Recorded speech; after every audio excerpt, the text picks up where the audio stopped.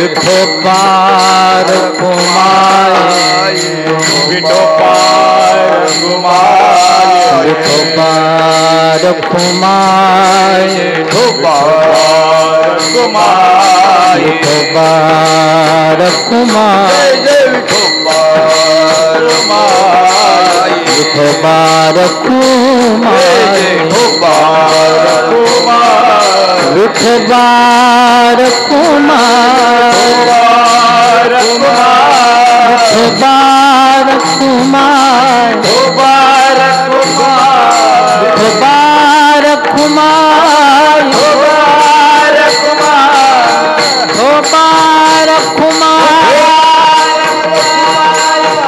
विठोबार कुमार विठोबार कुमार विठोबार कुमार विठोबार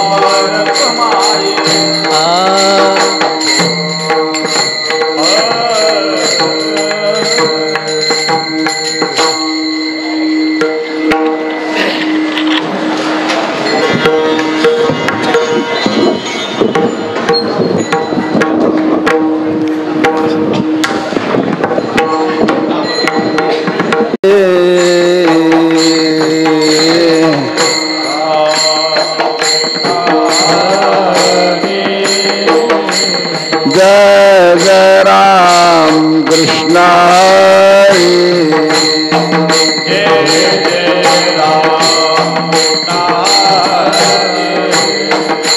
जय जय राम कृष्ण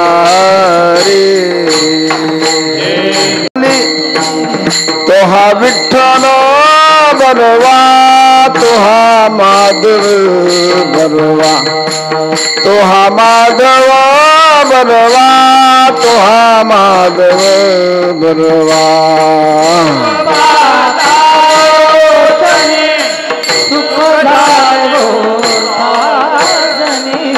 तोहा विठ्ठल बरवा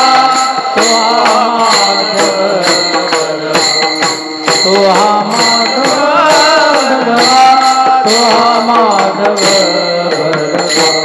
बहुत सुकृताची जोडी म्हणून विठ्ठली आवडी तोहा विठ्ठल बरवा तोहा माधव बरवा तोहा माधव बरवा तोहा माधव बरवा बहुत सुकृताची जोडी म्हणून विठ्ठली आवडी तोहा विठ्ठल बरवा तोहा माधव बरवा तोहा माधव बरवा तोहा माधव बरवा सर्व सुखाचे आदर बाप रखुमा देवी वर सर्व सुखाचे आदर बाप रखुमा देवी वर सर्व सुखाचे आदर बाप रखुमा देवी वर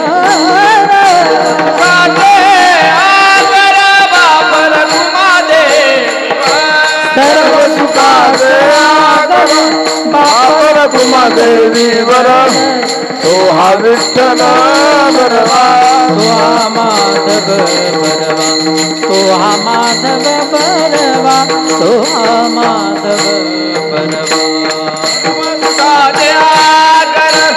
बापर कुमारे विवर तोहा विठ्ठल बरवा तोहा माधव बरवा तोहा माधव बरवा तोहा माधव जय जय राम कृष्ण हरे जय जय राम कृष्ण हरे जय राम जय जय राम कृष्ण हरे जय राम जय जय राम कृष्ण हरे जय राम जय जय राम कृष्ण हरे जय जय राम कृष्ण हरे जय जय राम कृष्ण हरे जय जय राम कृष्ण हरे जय जय राम कृष्ण राम कृष्ण हरे जय जय राम जय राम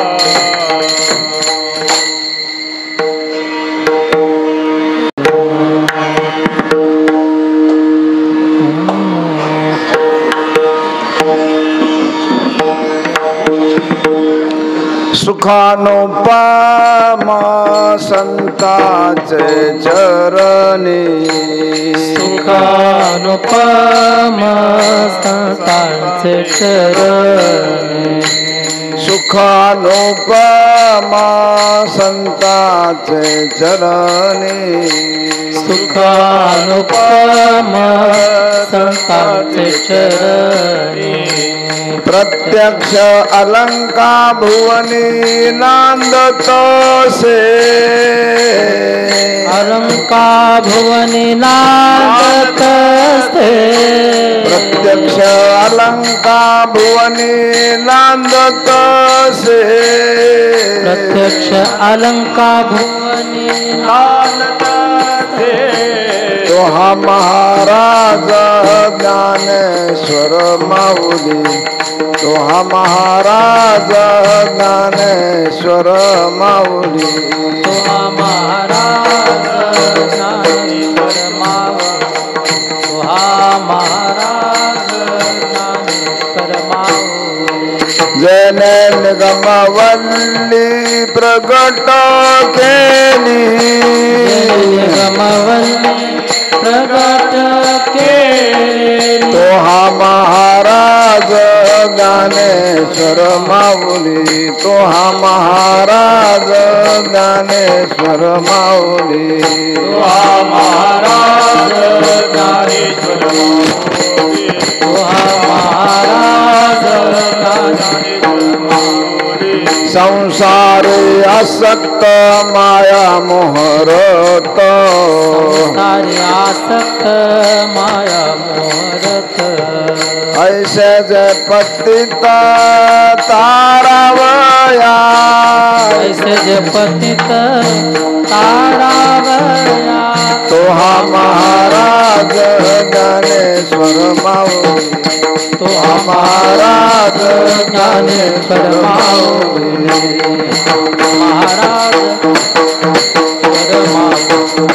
तो हा महाराज ज्ञानेश्वर माऊली जने निगमवल्ली प्रगट केली जेने निगमवल्ली प्रगट केली तो हा महाराज ज्ञानेश्वर माऊली तो हा महाराज ज्ञानेश्वर माऊली तो हा महाराज ज्ञानेश्वर माऊली तो हा महाराज ज्ञानेश्वर माऊली चोखा म्हणे श्रेष्ठ ज्ञान देवी ग्रंथ म्हणे श्रेष्ठ ज्ञान देवी ग्रंथ चोखा म्हणे श्रेष्ठ ज्ञान देवी ग्रंथ चोखा म्हणे श्रेष्ठ ज्ञान देवी ग्रंथ वाच्यता सनाथ होती जीव वाचती सनात होती जीव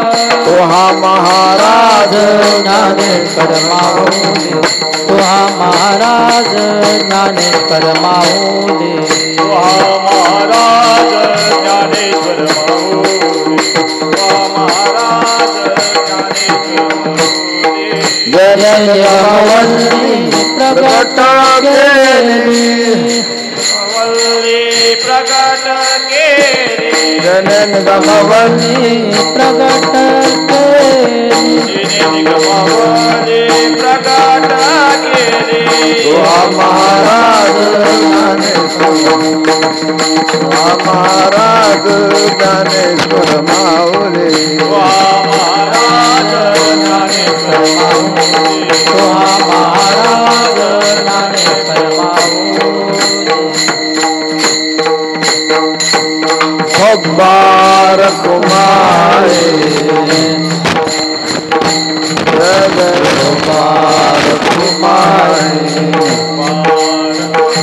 जय जय खब्बार कुमारी बार कुमार कुमार कुमार बार कुमार कुमार कुमार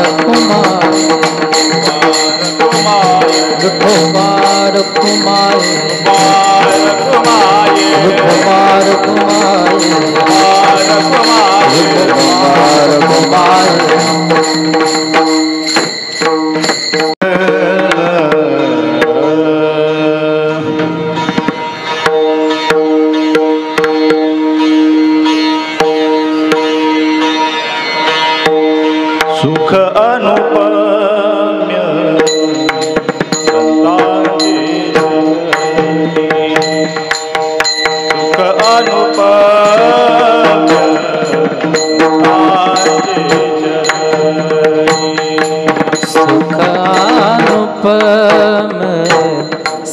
दासे चरणी सुख अनुपमे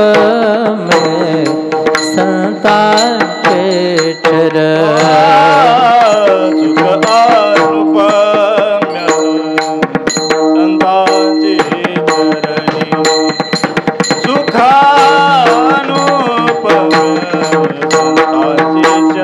चरणी सुखानुपम्य संतांचे चरणी सुखानुपम संतांचे चरणी सुखानुपम संतांचे चरणी प्रत्यक्ष अलका भुवनी नांदतसे प्रत्यक्ष अलका भुवनी नांदतसे तो महाराज ज्ञानेश्वर माऊली तो महाराज ज्ञानेश्वर माऊली प्रत्यक्ष अलंका भुवनी नांदतसे प्रत्यक्ष अलंका भुवनी नांदतसे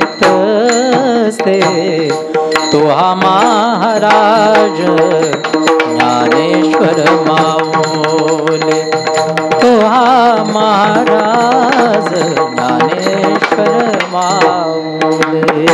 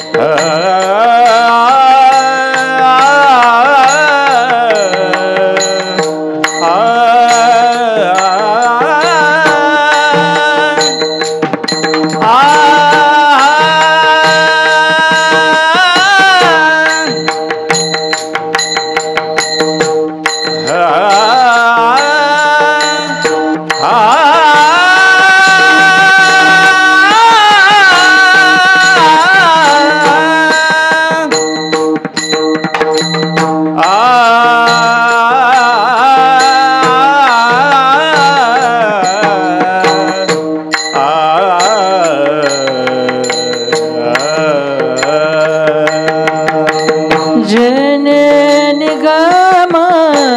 निगमावली प्रगट केले प्रगट केले प्रगट केले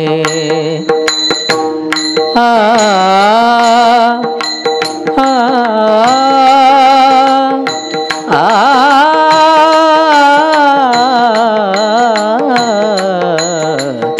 आ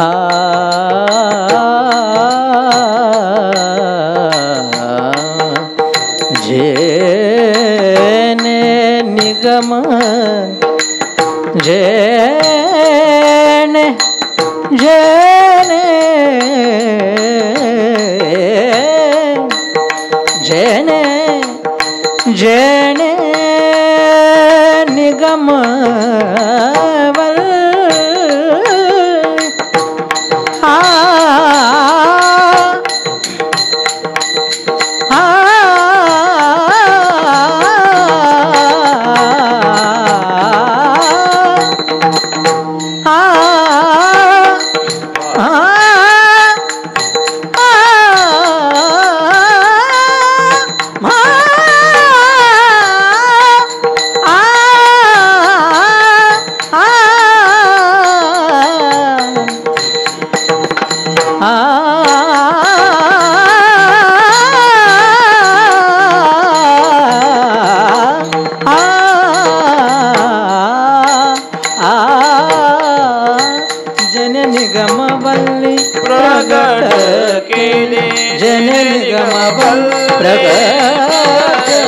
केले तुहा महाराज ज्ञानेश्वर माऊली तुहा महाराज ज्ञानेश्वर माऊली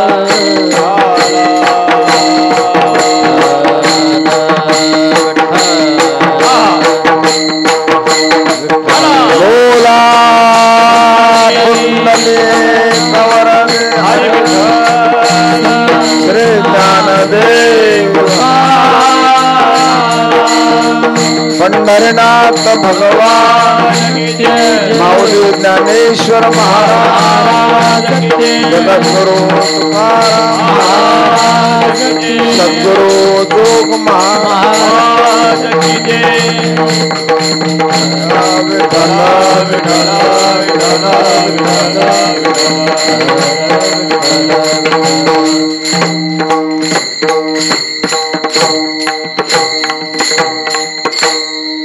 सुखानुपम संतांचे चरणी प्रत्यक्षालंका भुवने नांदतसे तुहा महाराज ज्ञानेश्वर माऊली जेने निगमवल्ली प्रगट केली संसारी आसक्त माया मोहरत ऐसे जे पतित तारावया तुहा महाराज ज्ञानेश्वर माऊली जेने निगमवल्ली प्रगट केली चोखा म्हणे श्रेष्ठ ज्ञानदेवी ग्रंथ वाचिता सनात होती जीव तुहा महाराज ज्ञानेश्वर माऊली जेने निगमवल्ली प्रगट केली पांडुरंगा करू पांडुरंगा करू प्रथम दुसरे चरणा संतानिया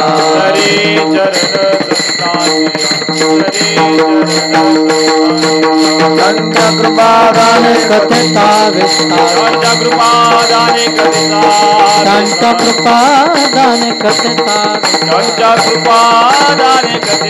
बाबाजी सद्गुरु दास तू बाबाजी सद्गुरु दास जयांचे केले स्मरण होय सकळ विद्यांचे अधिकरण तेची बंधू श्री चरण श्री गुरूंचे ते नमस्कारोनी आता गोरक्ष जालंधर चरपटाश्य आडभंग काणेप मच्छिंद्र राध्यः चौरंगे रेवाण कभरत्री संज्ञा भूम्यांबभूर नवनाथ सिद्धः ब्रह्मानंदं परमसुखदं केवलं ज्ञानमूर्तिं द्वन्द्वातीतं गगनसदृशं तत्त्वमस्यादिलक्षणम् एकं नित्यं विमलमचलं सर्वादिसाक्षिभूतं भावातीतं त्रिगुणरहितं सद्गुरुं तं नमामि नमो ज्ञानेश्वरा नमो ज्ञानेश्वरा नमो ज्ञानेश्वरा नमो ज्ञानेश्वरा निवृत्ति उदारा सोपान देवा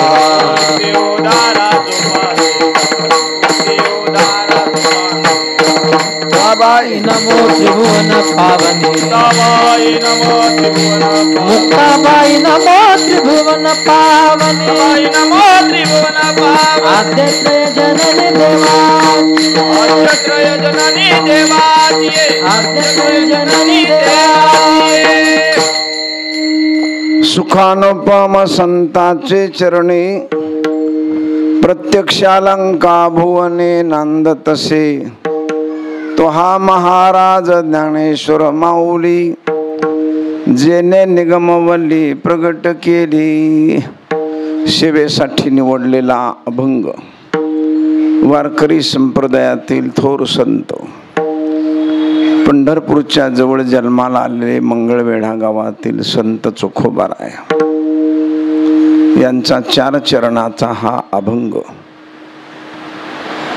आपल्या या संत ज्ञानदेव सेवा मंडळाच्या प्रांगणामध्ये गेल्या 49 वर्षापूर्वी सुरू झालेला आणि 50व्या वर्षात हा कार्यरत असलेला हा 50 वर्षाचा महोत्सव आणि या निमित्तानं मोठ्या दामधुमीनं हा कार्यक्रम आपण सगळेजण साजरा करत आहोत. मला वाटतं मीही या मंडळामध्ये माझ्या माहितीप्रमाणे 44-45 वर्षापासून कीर्तन करतोय माझ्या माहितीप्रमाणे. कारण हे मंडळ स्थापन करत असताना माननीय वैकुंठवासी वामनराव मराठे दादा, परचुरे अण्णा, पुरुषोत्तम अण्णा परचुरे, दत्तात्रय शिंदे अण्णा, शिलाताई मराठे, रुक्मिणीबाई शिंदे,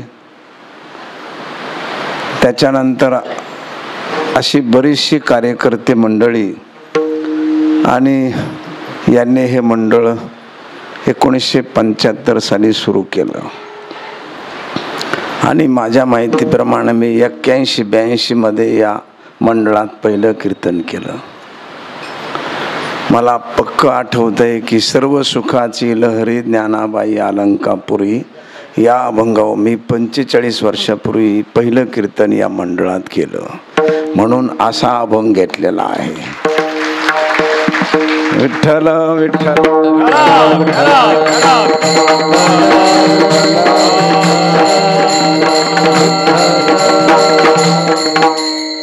त्यावेळेला हे घंटाळी देवी मैदानामध्ये यांचे सप्ताह होत असत. तांबडी माती आणि पांढऱ्या कपड्याला शोभून दिसायची.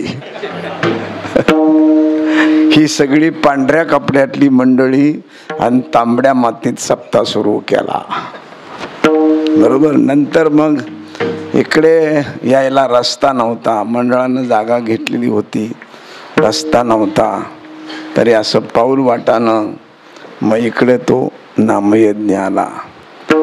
अतिशय हुशार, चतुर, अत्यंत चिकाटीची, श्रद्धेची आणि फार निष्ठावंत ही कार्यकर्त्याने असल्यामुळे सगळ्या अंगाला सामाजिक, पारमार्थिक, शासकीय, प्रशासकीय, गोरगरीब, दीनदुबळा फक्त नामयज्ञ हा कीर्तनाचा नसून समाज सुधारणेसाठी सुद्धा याने वेगवेगळी शिबिरं त्याही वेळेला राबवली होती आणि आजही त्यांनी ती राबवलेली आहेत. असा सर्वस्पर्शी असा हा नामयज्ञ गेल्या 50 वर्षापूर्वी सुरू झालेला आहे, नाही का. म्हणून हे सुवर्ण महोत्सवी वर्ष ना, बरोबर ना, सुवर्ण महोत्सवी वर्ष आहे. आणि अशा या सोन्यासारखे दिवस यांनी या मंडळाला कार्यकारिणीने अतिशय शिस्तीनं आणि श्रद्धेनं, श्रद्धा आणि शिस्त या दोन्ही गोष्टी मंडळानं अतिशय बुद्धिपुरस्कर जतन केलेल्या आहेत. आणि म्हणून तुम्ही म्हणाल महाराज तुमचं एवढ्या दिवसापूर्वी कीर्तन मग त्यावेळेला कीर्तनकार या मंडळामध्ये फार मोठी मोठी होती लक्षात. म्हणजे पांडुरंग महाराज आव्हाड, नामदेव आप्पा शामगावकर, बाबा महाराज सातारकर, विठ्ठल महाराज घुले, नाही का, अशी मोठी मोठी मंडळी त्यावेळेला. नामदेव महाराज शिंपी, आमच्या वारकरी शिक्षण संस्थेचे शिक्षक मारुती महाराज कुरेकर, पांडुरंग महाराज घुले, भीमसेन महाराज गडकरी, अशा मंडळाची त्यावेळेची कीर्तनकार. असं काय माझं कीर्तन मंडळाने ठेवलं.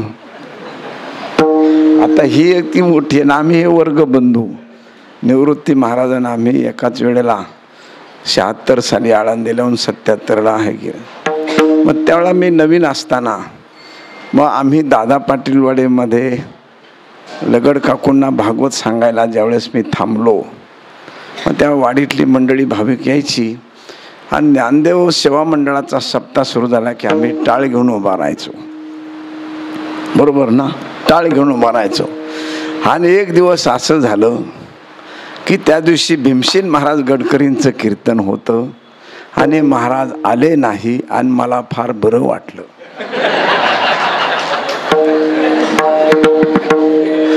समजलं का तुम्हाला? समजलं का? महाराज काय आले नाही. आणि त्यावेळा फोन नव्हते, म्हणजे मोबाईल हा फोन त्यावेळा नव्हता. अशी रिंग्याची फोन असायची, पण ती पण फार थोडी. मोबाईल नसल्यामुळे महाराजांचं काय नेमकं कसं आहे काय कळायला तयार नाही. आणि 9 ते 11 कीर्तनं आणि 8, 8:15 पर्यंत महाराज आले नाही. आम्ही टाळ घेण्याच्या तयारीत आलो. आणि मग दादांचं आणि शिंदे अण्णांचं बोलणं झालं. परचुरे अण्णा हे अण्णासाहेब शिंदे अण्णा पारायण करायचे नेतृत्व. मग त्यांचं बोलणं झालं. म्हणलं आता ऐन वेळेला कोण कीर्तनकार आहे? म्हणले आपले आसाराम बोंबडे आहेत, टाळकरी संस्थेतून शिकलेले येतं, तर त्यांना उभं करा. मग रिकाम्या जागा भरण्याची संधी मला मिळाली आणि मग माझं पहिलं कीर्तन या मंडळात भीमसेन महाराज आले नाही म्हणून झालं. आणि तिथून पुढं मग यांनी ऐकल्यानंतर मग अधूनमधून सतत माझी कीर्तनं होऊ लागली. पण संधी मला अशी मिळाली. कळलं का? तेव्हा मी आपल्याला का सांगतो की मंडळाचं काम अत्यंत मोठमोठ्या कीर्तनकाराला आणि अत्यंत विद्वत्ता प्रचूर वैकुंठवासी जगन्नाथ महाराज पवार यांची नेहमी कीर्तनं या मंडळामध्ये असायची. पवार महाराजांची अत्यंत विद्वत्ता प्रचूर, धुंडा महाराज, कंधारकर महाराज, अशाही मंडळीला यांनी कीर्तनाला आणलं. पहिल्यापासून अत्यंत बुद्धिजीवी विचारसरणीची हे मंडळ आणि अत्यंत शहाण्या अशा कीर्तनकाराला, आचार विचार संपन्न कीर्तनकाराला त्यांनी तेव्हापासून आणलं. आणि ती परंपरा आज तागायत त्यांनी तशी चालू ठेवलेली आहे. हा हा हो हो असा धिंगाणा घालणाऱ्या कीर्तनकाराला यांनी अजून मला आणलेलं आठवत नाही. ह्याच्याहून आपण समजून जायचं की ही मंडळी किती सुज्ञ आणि तज्ज्ञ आहेत, नाही का? तेव्हा अशा या मंडळाचा कारभार अत्यंत चोख आणि चोखंदळ आहे, नाही का? आणि असा हा कारभार 50 वर्षापर्यंत असा स्वच्छ पवित्र चालत आलेला. आणि या निमित्तानं असा परिचय आणि बरं वाटलं, मलाही आनंद वाटला की 40-50 वर्षापूर्वीचे कीर्तनकार यांनी ध्यानात ठेवून मला आमंत्रण दिलं. त्याबद्दल आपल्या मंडळाचं धन्यता आपल्याला देतो. धन्यवाद की तुम्ही ध्यान धरून आमंत्रण दिलं. नाहीतर मला वाटलं होतं मी रिटायर झालो म्हणजे सगळीकडूनच झालो का काय कोणास ठाऊक. पुणे जिल्हा मध्यवर्ती बँकेमध्ये 30 वर्ष नोकरी केली. त्यामध्ये 21 वर्ष ब्रँच मॅनेजर म्हणून रविवारीच मी मंडळाचं कीर्तन घ्यायचो मध्ये नोकरीत असताना. त्याच्यानंतर 5-7 वर्षापूर्वी रिटायर झालो. आपला संबंध आला नाही म्हणून मला असं वाटलं सगळीकडून रिटायर झालो. कारण समाज कल्याणाचा आणि वारकरी संप्रदायाच्या संत विचाराची धुरा अत्यंत जबाबदारीनं खांद्यावर घेऊन तिचा प्रचार प्रसार करणारं हे ज्ञानदेव सेवा मंडळ आहे. याची जाण आपल्याला आपल्या उपस्थितीनं आपल्या श्रद्धेनं हे समाजाला दिसतच आहे. तेव्हा अशा मंडळाचा आणि म्हणून ज्यांनी 50 वर्षापूर्वी काही सुविधा नसताना आणि काही सगळ्या अडचणी असताना सुद्धा हे रजिस्टर केलं मंडळ 75 साली 1900 आणि सप्ताह सुरू केला. सगळ्यात प्रथम आम्हाला कीर्तनकाराला हार घालण्याऐवजी जे कार्यकर्ते होते त्याच्यातले बरेचसे आणि परमेश्वराच्या स्वाधीन झालेले आहेत. परंतु त्या मंडळाचे जे कोणी वारस असतील किंवा त्या मंडळाचं जे कोणी परंपरा चालवणारे असतील तर काल्याच्या दिवशी त्यांचा प्रथम सत्कार करावा अशी माझी अपेक्षा आहे की त्यांचा सत्कार तुम्ही करा. महाराजांचा कराल न कराल तो भाग आहे, पण त्यांनी अत्यंत प्रतिकूल परिस्थितीत पै 1 रुपया जमा करून भाजीवाल्याकडून जमा करून एवढी मोठी जागा त्यावेळेला खरेदी करणं आणि यामध्ये हजारो वर्षे चालेल अशी परंपरा विचारधारा जतन करून ठेवणं हे काम सामान्य नाही. अत्यंत दूरदृष्टी त्यांनी वापरली आणि म्हणून त्या कार्यकर्त्यांचा सत्कार. कारण प्रॉपर्टी ही बिल्डिंगमध्ये ब्लॉकमध्ये किंवा फ्लॅटमध्ये जमिनीमध्ये सोन्या चांद्यात नसते. ती प्रॉपर्टी आहे, पण ती प्रॉपर्टी स्थावर प्रॉपर्टी आहे आणि अखंड हरिनाम सप्ताह ही चैतन्य स्वरूप प्रॉपर्टी आहे, ही विचाराची प्रॉपर्टी आहे. आणि या ठाणे शहराला आणि या परिसराला ही प्रॉपर्टी ज्यांना दिली त्यांचं खरं अभिनंदन आहे. कारण ही विचाराची प्रॉपर्टी फार मोलाची आणि फार किमतीची आहे.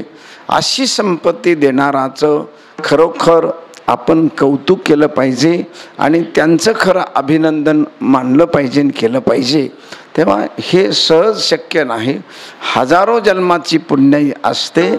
तेव्हा अशा प्रकारचं काम आपल्या हातून किंवा आपल्या विचारातून बाहेर येतं आणि म्हणून ते खरे भाग्यवान मंडळी आहेत आणि ते खरे दैवान आहेत. आणि या निमित्तानं त्यांनीही जतन करून ठेवलं म्हणून आपल्याला हे विचाराचं भोजन करायला मिळतंय आणि या ठिकाणी भजन करायला मिळतंय.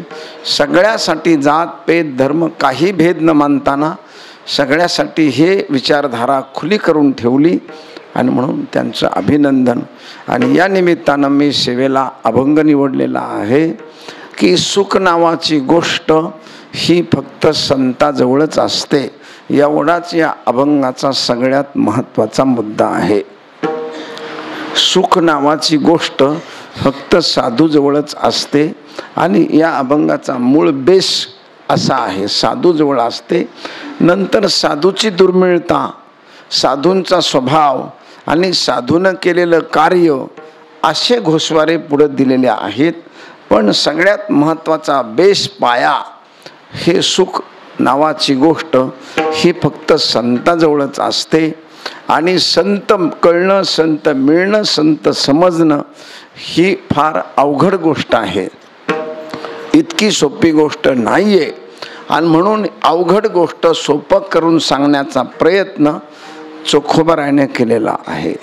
जी अवघड गोष्ट आहे, संत मिळणं फार अवघड आहे, कळणं फार अवघड आहे. मुळात तर साधू कळतच नाही, कळला तर तो मिळत नाही आणि मिळला तरी त्याची कृपा आपल्यावर होणं फार अवघड गोष्ट आहे.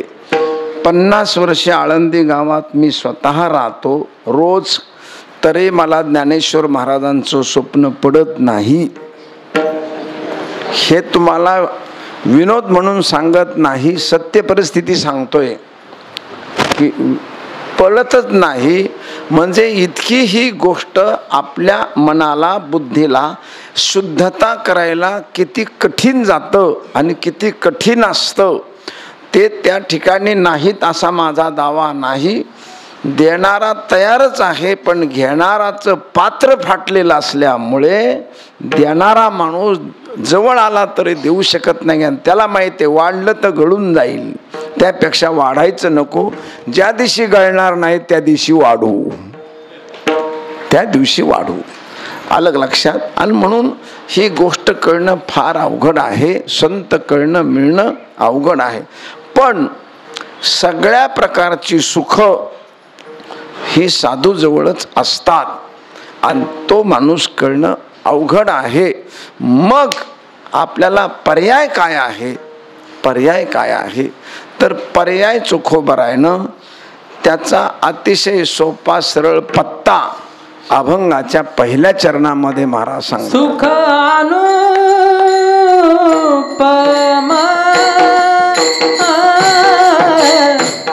संतांचे चरणी सुख अनुपम संतांचे चरणी सुख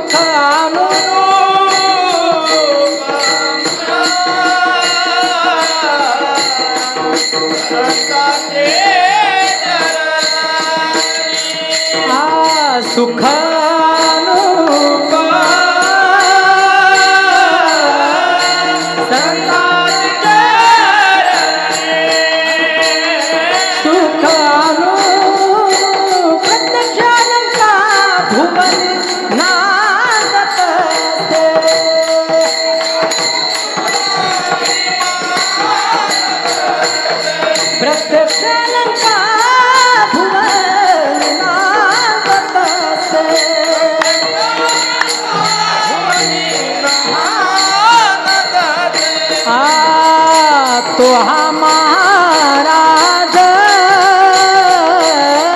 ज्ञानेश्वर माऊली तो महाराज ज्ञानेश्वर माऊली हो तो महाराज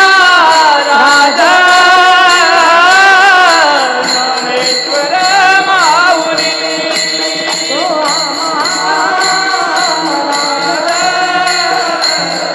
ज्ञानेश्वर माऊली.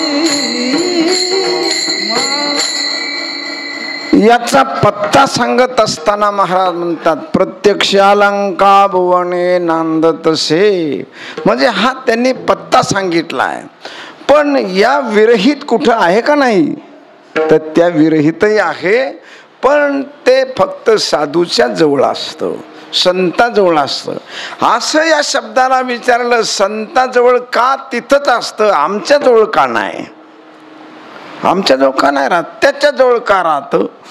तर त्या सुखाला विचारा की बाबा तू त्यांच्याजवळ का राहतोस, आमच्याकडे राखी. कुणाला विचारलं? सुखाला. सुख म्हणतं, सुख शब्द सुख असं म्हणतं मी त्यांच्याकडे राहतो का? माझे आईबाप तिथे राहतात म्हणून मी तिथे राहतो. सुख काय म्हणते? माझे आईबाप. माझं संताजवळ राहण्याचं कारण माझं माहेर ते आहे. म्हणून 100 वर्षाची जरी मुलगी आजी झाली, आजीबाई झाल्या, तरी त्यांच्या मुलाला त्याच्या मुलाला म्हणत असते माझे भाऊ 105 वर्षाचे आहेत, बाळा मला एकदा त्यांना भेटून आण म्हणजे मी मरायला मोकळी. कळलं का तुम्हाला? का किती जरी सासरी श्रीमंती ऐश्वर्य सुख आणि काही जरी असलं तरी एक टप्पा एक कप्पा एक मनाचा भाग तिने इतका मोकळा ठेवलेला असतो स्त्रीनं की त्या कप्प्यात फक्त माहेर राहतं, दुसरं काहीही राहत. मग माहेर जरी कौलाच्या घरात असलं आणि ही एखाद्या व्हाईट हाऊस मध्ये असली, अलग लक्षात, तरी तिला ते कौलाचं घर विशेष आवडतं का? तिचं माहेर आहे. या जगामध्ये माहेरासारखं दुसरं आवडीचं स्त्रीच्या बाबतीत कोणतंही स्थान नाही. लक्षात. सुखाला विचारलं का तुम्ही तिथं राहतो, तर ते सांगतंय संत माझं माहेरघर आहे, माझे मायबाप तिथं राहतात. कोण तुझी आई आहे, कोण तुझा बाप आहे? सुख सांगतं माझे मायबाप फक्त विचार आहे, दुसरं कोणीही नाही. माझी आई विचार, माझा बाप विचार, माझा जन्म विचारातून होतो. विचार हाच माझा जन्मस्थान आणि तो विचार त्यांच्याजवळ राहतो. जिथे विचार आहे तिथं सुख आहे. जावा जावात विचार सुख, सासू सुनात विचार सुख, भावा भावात विचार सुख, सवती सवतीत विचार सुख, माय लेकीत विचार सुख, शेजाऱ्या शेजाऱ्यात विचार सुख, बाप लेकात विचार सुख. जिथं विचार तिथं सुख राहतो. जिथं विचार नाही तिथं सुख राहत नाही. आता हे समजायला काय अडचण राहिली का? म्हणजे कीर्तना प्रवचनातून जर तुम्हाला सुखी व्हायचं असेल तर तुम्हाला विचाराच्या जवळ जावा, विचार करावा लागेल, विचाराच्या जवळ जावं लागेल आणि विचाराच्याच घरात राहावं लागेल, तरच तुम्ही सुखी व्हाल. आणि म्हणून विचार नसेल तर या दुनियामध्ये कुठेही सुख राहत नाही. ते फक्त विचाराजवळच राहतं. मग संताजवळ काय आहे? फक्त विचार आहे. मग ज्ञानेश्वर महाराजांचा पत्ता सांगितलाच का? तर ज्ञानेश्वर महाराजाजवळ 4 kilo 10 kilo 5 kilo 50 kilo 100 kilo एवढा विचार राहत नाही. विवेक सागरा सख्या माझा ज्ञानेश्वर,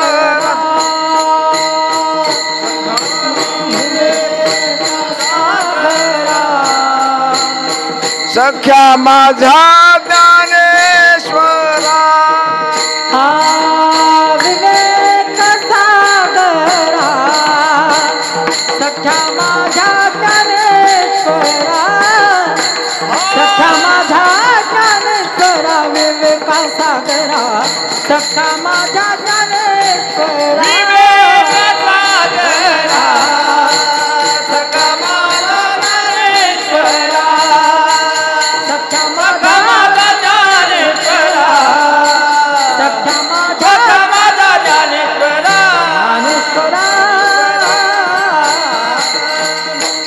विवेक सागरा. ज्ञानेश्वर माऊलीजवळ विवेकाचा सागर आहे, किलोत नाही. सागर या शब्दाचा अर्थ अमर्याद, अनलिमिटेड, अथांग, अपार, ज्याला काही कशानंही मोजता येत नाही. इतका विवेकाचा विचाराचा ज्ञानेश्वर माऊलीजवळ सागर आहे. म्हणून सांगतात की सुख तिथंच राहतंय. बघायचं असेल तर तिथं जा. आणि बाकी संताजवळ नाही का? आहे, त्यांच्याजवळ सुद्धा सुख आहे. जिथे विचार आहे तिथं सुख आहे.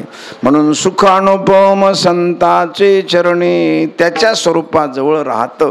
मग बाकीचे संत नाहीत का? आहेत की भरपूर संत. स्वतः ज्ञानेश्वर महाराजांचं घरच अख्ख्या संताच होतं. निवृत्तीनाथ, सोपानदेव, मुक्ताबाई, स्वतः ज्ञानेश्वर महाराज संताचं ठिकाण होतं, नाही का? म्हणून यांच्याजवळ सुद्धा सुख आहे, नाही असं नाहीये. पण तुम्हाला बघायचं असेल तर ताबडतोब तिथं जा. पाहायचंय का? मग ताबडतोब तिथं जा. आज अत्यंत महत्त्वाचा दिवस आहे महाराज, फार महत्त्वाचा दिवस. आपल्याला कल्पना आहे का नाही मला माहीत नाही, पण आज सोपान देवाच्या समाधीचा दिवस आहे. आज मार्गशीर्ष वद्य त्रयोदशी सोपान देवानं सासवड गावामध्ये समाधी घेतली. अष्टमी तिथीला त्यांचा उत्सव चालू झाला आणि आजच्या तिथीला सोपान देवानं सासवड गावामध्ये समाधीचा उत्सव आजचा चालू आहे. आज समाधी घेतली. हे सुद्धा महान सत्पुरुष संत. परमेश्वरानं जे जे अवतार घेतले त्या त्या अवतारामध्ये ब्रह्मा सोपान तो झाला, भक्ता आनंद वर्षला. सुखाचा सागरच हा, भक्ताला आनंदच आनंद यांनी दिला. सोपान देवानं सदाशिवाचा अवतार, स्वामी निवृत्ती दातार, महाविष्णूचा अवतार, सखा माझा ज्ञानेश्वर. तेव्हा ब्रह्मदेवाचा अवतार हा सोपान देवाचा अवतार आणि विष्णूचा अवतार माऊलीचा. तेव्हा मागच्या त्रयोदशीच्या दिवशी आळंदीचे ज्ञानेश्वर माऊलीची समाधी झाली आणि आजच्या त्रयोदशीला सोपान देवाची सासवडमध्ये समाधी झाली. आजचा दिवस. कारण सासवड हे गाव जे आहे हे गाव ब्रह्मदेवाच्या तपश्चर्येचं गाव आहे. सासवड गाव. आळंदीला तपश्चर्या महामुनी कपिलानं केली, विष्णूच्या अवतारानं केली, भक्त प्रल्हादानं केली, विष्णूनं केली. पण सासवड गावामध्ये भगवान शंकर ब्रह्मदेवानं तपश्चर्या केली आणि भगवान शंकरानं तप केलं. आळंदीला भगवान शंकरानं जे तपश्चर्या केली त्या देवाचं नाव आहे सिद्धेश्वर, आणि सासवडला ज्या देवानं तपश्चर्या शंकराची केली त्या देवाचं नाव आहे वटेश्वर. आलं का लक्षात? वटेश्वर म्हणजे तिथल्या शंकराचं नाव आहे वटेश्वर, आळंदीच्या शंकराचं नाव आहे सिद्धेश्वर, आणि निवृत्तीनाथानं तपश्चर्या करून जिथं समाधी घेतली त्या देवाचं नाव आहे त्र्यंबकेश्वर. म्हणजे ह्या 3 देवाचं 3 नावाने वेगवेगळ्या शंकराच्या जागेवर यांनी तपश्चर्या करून समाधी घेतली. म्हणजे त्र्यंबकेश्वर, सिद्धेश्वर आणि वटेश्वर. तर त्या स्थानाचं महत्त्व ब्रह्मदेवानं तप केलेलं आहे. आणि आळंदीला इंद्रायणी नदी आहे, त्र्यंबकेश्वरला गंगा नदी आहे. ती गौतम ऋषीनं आणली. आळंदी इंद्रायणी ही इंद्राच्या तपश्चर्येपासून आली, आणि तिथे मात्र भोगावती नदी आहे, भगवान शंकरानं आणली. म्हणजे सासवडला भोगावती नदी आहे. आलं लक्षात? सासवडला नील पर्वत आहे, नील पर्वत सासवडला. तर त्या नील पर्वतामध्ये भगवान शंकरानं वटेश्वरानं तपश्चर्या केली आणि भोगावती नदी त्या ठिकाणी आहे. फार मोठा, बराच मोठा इतिहास आहे. या नील पर्वताच्या कुशीत आणि सोपानदेवानं समाधी घेतली. हा नील पर्वत हा अत्यंत महत्त्वाचा. जसं त्र्यंबकेश्वरला ब्रह्मगिरी पर्वत, दृष्टी पडता ब्रह्मगिरी त्याशी नाही यमपुरी. लक्षात? म्हणजे त्र्यंबकेश्वरला ब्रह्मगिरीच्या कुशीमध्ये निवृत्तीनाथानं समाधी घेतली, तशी सोपानदेवानं नील पर्वताच्या कुशीमध्ये समाधी घेतली.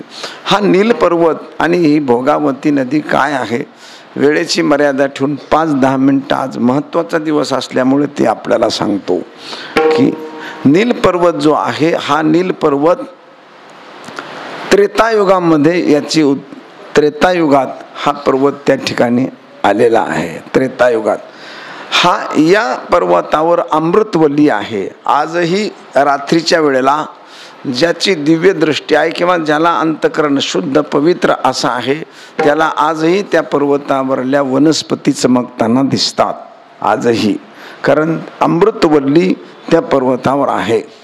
ही कुठून आली, हा पर्वत कुठून आला, नील पर्वत, आणि सोपानदेव त्या ठिकाणी का गेले, किंवा याच ठिकाणी भगवान शंकरानं का तपश्चर्या केली, त्याची कारण मीमांसा आपल्याला 5-10 मिनिटं सांगतो. ज्यावेळा रामायणामध्ये लक्ष्मणाला शक्ती लागल्याचं प्रकरण आपल्याला माहिती आहे, त्याच्या अगोदर भगवान द्रोणागिरी पर्वताच्या दक्षिणे जात असताना शबरीच्या आश्रमाहून भगवान गेले. तेव्हा शबरीच्या आश्रमात गेले असताना आपल्याला रामायण सगळं माहिती, फक्त मी टच करतो, आठवण देतो. शबरीची बोरं भगवान प्रभू रामचंद्राच्या समोर 2 द्रोणामध्ये शबरीनं आपली स्वतःची भक्तिनिष्ठेची बोरं दिली. तेव्हा रामानं ती बोरं खाल्ली. उच्चिष्ट ती बोरे खाय भिल्लटीची, आवडी तयाची मोठी देवा. पण लक्ष्मणाच्या हातात ज्यावेळा ती बोरं दिली, त्यावेळेस त्याने असं जवळ असं द्रोण धरला. राम असं द्रोण धरून खात होते, पण लक्ष्मण द्रोण धरून खात नव्हता, असा माग फेकायचा. कळलं का तुम्हाला? म्हणजे द्रोण असा घेतलाय. आणि शबरी अत्यंत ब्रह्मानंदामध्ये विलीन झालेली, तिच्या काही लक्षात आलं नाही, पण रामाच्या ध्यानात होतं की माझ्या भक्ताचा अपमान हा करतोय. मग 1 बोर टाकलं, 2 टाकलं, 3 टाकलं, 1 सुद्धा बोर त्याने तोंडाला लावलं ना, असं जवळ नेलं, असा फेकायचा, जवळ नेऊन फेकून द्यायचा मागं. रामाच्या लक्षात आलं. रामाला मोठं दुःख झालं.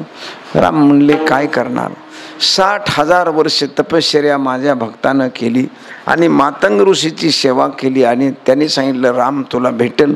मोठा इतिहास आहे, आपल्याला तिकडे लांब जायचं नाही. आणि याने बोरं टाकून दिली. रामानं तेव्हा लक्षात ठेवलं का जर तू तोंडानं खाल्ली नाहीस तर तुला कानानं खावी लागतील, हे ध्यान धर म्हणले. ती टाकून दिली. द्रोण फेकून दिला आणि शेवटी रामानं द्रोण ठेवला सगळी बोरं खाऊन आणि यानं द्रोण फेकून दिला. ज्या डोंगरावर रामाचा आणि लक्ष्मणाचा द्रोण पडला त्या डोंगराला नाव द्रोणागिरी पर्वत पडलं. द्रोण टाकलं ना, द्रोणागिरी. आणि जी बोरं यानं फेकून दिली, खाल्लीच नाही, रामानं खाल्लेली आणि याने फेकून दिलेली, या बोराची वनस्पती उगवली. जे बी पडलं रामाच्या हातून आणि लक्ष्मणाच्या हातून जे पडलं त्या बोराची अमृतवल्ली झाली. म्हणजे ते उगवलं, त्याची अमृतवल्ली झाली आणि ती झाडं तयार झाली सोन्यासारखी. पुढे रामायण घडलं, सगळं प्रकरण, पुढे युद्ध झालं आणि लक्ष्मणाला शक्ती लागली. सुसेन नावाचा वैद्य रावणाचा, सुसेन वैद्य, त्याला बोलावलं आणि त्याला उचलून आणलं. त्याने पाहिलं लक्ष्मणाला, त्याने सांगितलं द्रोणागिरी पर्वतामध्ये अमृतवली आहे आणि ती अमृतवली आणल्याशिवाय याला जीवदान मिळणार नाही. मग ही अमृतवली आणायला आपल्याला माहिती मारुतीराला पाठवलं. मध्ये नाशिकच्या जवळ कावनई नावाचं गाव आहे. मुंबईकडे येताना एक 30-40 किलोमीटर अंतरावर कावनई नावाचं गाव आहे. आपण गेला तर अवश्य जा बघायला कावनईला. लक्षात, चोह बाजूने त्याला डोंगर आहे आणि मधीच अशी गंगेचा उगम आहे.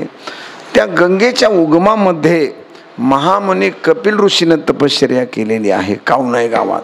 खरी गंगा तिथे उगम पावलेली आहे. गंगा त्या कावनई गावामध्ये महामुनी कपिल ऋषीनं तप केलं आणि आपल्या आईला 5व्या वर्षी सांख्यशास्त्राचा उपदेश ऋषी कपिलानं तिथं केला आईला. आणि म्हणून गजानन महाराज, शिर्डीचे साईबाबा हे सगळे तिथं तपश्चर्याला घेऊन त्यांना तिथं सिद्धी मिळाली. गजानन महाराजांना 12 वर्ष तर तिथंच केलं आणि शिर्डीचे साईबाबानं पण केलं. ज्ञानेश्वर महाराज सुद्धा त्या कावनई गावामध्ये ब्राह्मणाचा मुलगा जो उठवला मेलेला, तो ज्ञानेश्वर महाराजांना त्या गावात उठवला आहे, त्या कावनई गावात. म्हणजे आपण गोष्ट ऐकलेली आहे कुणाचा, तर तिथं उठवलेला आहे ज्ञानोबारायनं त्या कावनई गावात. का? तिथं कपिल तीर्थ आहे आणि मुख्य कपिल ऋषीनं तिथं तप केलं आहे. कुंभमेळा जो भरतो तो नाशिक त्र्यंबकेश्वरला जरी भरत असताना आपल्याला दिसत असला तरी खरा अमृत कुंभ त्या कावनईच्या गंगेत ठेवलेला आहे. कावनई गंगेत अमृत कुंभ तिथं ठेवलेला आहे, नाशिक त्र्यंबकेश्वरला नाही ठेवलेला, त्या गावात ठेवला आहे. तिथे कपिलधारा नावाचं तीर्थ आहे आणि त्या कपिलधारेला अमृतकुंभ ठेवला गेला. पण पुढे साधू समाजामध्ये लोकसंख्या वाढली, साधूंची संख्या वाढली आणि मानापानावून तिथं मोठी मारामारी झाली आणि हजारो साधू कापले गेले थोरले बाजीराव पेशव्यांच्या काळामध्ये. आणि मग थोरल्या बाजीराव पेशव्यांचं राज्य असताना कुंभमेळ्यामध्ये खूप साधू कापले गेले मारामारीत. आणि त्याच्यानंतर थोरल्या बाजीराव पेशव्यानं मग साधूची मिटिंग घेतली.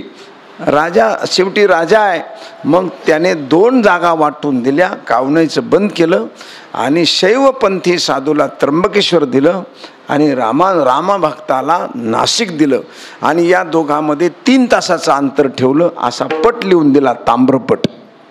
आणि 3:30 वाजता ब्रह्ममुहूर्तावर शैवपंथीने स्नान हे त्र्यंबकेश्वरला करायचं आणि 7 वाजता हे रामानुजपंथी रामभक्तानं नाशिकला करायचं रामकुंडावर. हे थोरल्या बाजीराव पेशव्यांना वाटणी करून दिली आणि तेव्हापासून कुंभमेळा नाशिक त्र्यंबकेश्वरला भरायला लागला. पण कुंभाचा जो मेन गाभा, मेन अमृतकुंभ ठेवला तो कावनई या तीर्थक्षेत्रामध्ये कपिलधारा नावाच्या तीर्थामध्ये ठेवला गेला. मग आता या तीर्थाचं काय? मग प्रत्येक आखाड्याचे जे मुख्य साधू आहेत, नागा आखाडा, उदासीन आखाडा, दिगंबर आखाडा, दत्त आखाडा, जुना आखाडा, ह्या ज्या आखाड्याचे मेन साधू याने 2 शिष्य आणि 1 साधूने यायचं आणि मुख्य जागेवर त्यानं ध्वजाचं पूजन करायचं. कावनईला तिथे फक्त पूजा करायची आणि स्नानाला मात्र सगळ्या साधूनं तिकडं जायचं. इथं फक्त पूजेला यायचं. म्हणून नाशिक त्र्यंबकेश्वरला ध्वज उभारण्याच्या अगोदर पहिला कावनईला उभारला जातो सगळ्या आखाड्याच्या साधूकडून आणि नंतर मग यांची वाटणी होते. मग हे 3 तासाचं अंतर का ठेवलं? ज्यांना प्रवास करायचा आहे, ज्यांना त्र्यंबकेश्वरच्या गंगेत स्नान करायचं आणि रामकुंडाव करायचं तर पहाटे स्नान करून तो साधू पायी जर गेला तर 3 तासामध्ये नाशिकला पोचू शकेल आणि नाशिकचं पण तो परवणीचं स्नान करील. म्हणून पहाटचं स्नान 3चं संन्यासी लोकांचं त्र्यंबकेश्वरला कुशावर्तामध्ये ठेवलं आणि इकडचं स्नान 7 वाजता ठेवलं रामकुंडावर. हे अंतर 3 घंट्याचं इथून तिथं जाता येतं किंवा तिथून इकडे येता येतं. हा मुख्य भाग मी का सांगितला, आपल्याला साधारण माहीत असावा की हे कावनई गाव किती ताकदीचं आणि शक्तीचं गाव आहे. आणि म्हणून अमृत कुंभ हरिद्वार, प्रयागराज, अलग लक्षात उज्जैनी आणि कावनई या गावात ठेवला. 4 ठिकाणी कुंभमेळा भरतो, तो 4 ठिकाणी त्याच्यात हे गाव आहे. त्या गावामध्ये कालनेमी नावाचा राक्षस राहत होता आणि हनुमंताला त्याने खाली उतरवलं आणि द्रोणगिरी पर्वत आणायला उशीर झाला. नंतर त्याला कालनेमीला मारलं आणि द्रोणागिरी पर्वत आणायला मारुती पुढे गेले आणि द्रोणागिरी पर्वत घेऊन दक्षिणेला चालले. वेगानं वेळ झालेला आहे, कारण त्या कालनेमी नाव राक्षसानं वेळ घेतला आणि म्हणून वेळ झालेला आहे. म्हणून महाराज भगवान लवकर मारुतीराय तिथून निघाले आणि त्या द्रोणागिरी पर्वतात गेले आणि त्यानं त्या वनस्पतीला नमस्कार केला. कारण रामानं सांगितलं होतं सुसेन वैद्यानं तिला प्रार्थना कर आणि प्रार्थना केली तरच हाताला लागत नाही, हाताला लागायची नाही. मग मारुतीराने प्रार्थना केली आणि धरा गेली की ती गुप्त व्हायची. त्यांनी प्रार्थना केली, मी कशासाठी आलोय. मारुतीराने सांगितलं त्या वनस्पतीला मी कशासाठी आलोय. लक्ष्मणाला शक्ती लागली, राम आणि आम्ही सगळे दुःखी आहोत, सगळं वातावरण सांगितलं. मग ती वनस्पती मारुतीच्या हाताला लागत नसं का. ती म्हणली मला फेकून दिलंय ना, आता आला काय नाही आला तू. कळलं का तुम्हाला. मला हातात दिलं त्यावेळा माझा काय केला, अपमान केला. मला स्पर्शसुद्धा केला नाही, मला फेकून दिलं. बरं पुढं का फेकीना, पण मला मागं टाकून दिलं. पुढं टाकला असं तर पुढं गेलो असतो मी, पण तुम्ही मला मागं टाकलं. आता मी येणार नाही. मग वनस्पती यायला तयार नाही. अशा वेळेला मारुतीराला मोठं वाईट वाटलं की आता काय करावा. हाताला गेलं की दुसरीकडे दिसायचे. तिथे ती महाराज भक्तीची शक्ती होती ना. ती काही झाडं होती काय नुसती आपल्या बागेतली कचराकुंडीतली झाडं. ती भक्तीची शक्ती होती ना. मारुतीराय भक्त होते, पण ती पण महान शक्ती होती, ती हाताला लागेना. मग मारुतीने विचार केला काय करावा. मग आपल्या शेपटीला आज्ञा दिली पार्वतीला आणि ती उचलली, अख्खा पर्वत उचलला. आणि तो पर्वत उचलून मारुतीराय ज्यावेळा चालत असताना त्या पर्वताचा एक मुख्य भाग आता आपण घेऊन जर चाललो वायुयोगानं जात असताना सुद्धा, आणि जसा भरतानं मारुतीला खाली उतरवलं का नाही, त्याने उतरवलं, तसं वायुयोगानं जात असताना त्या पर्वताचा एक तुकडा, त्या द्रोणागिरी पर्वताचा एक तुकडा तुटला. एक मूळ, त्याचं एक मूळ तुटलं आणि तिथं खाली पडलं. ज्या जागेवर पडलं ते सासवडचा नील पर्वत आहे. सासवडला जे नील पर्वत, रुद्रा करावा अवतार, रुद्रा करावा अवतार,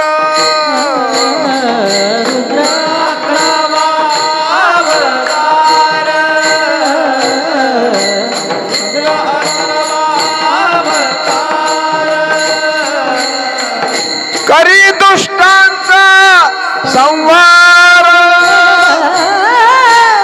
करी दुष्टांचा संहार, नाम घेता विघ्न जाये, नाम घेता विघ्न जाये, करी दुष्टांचा संहार,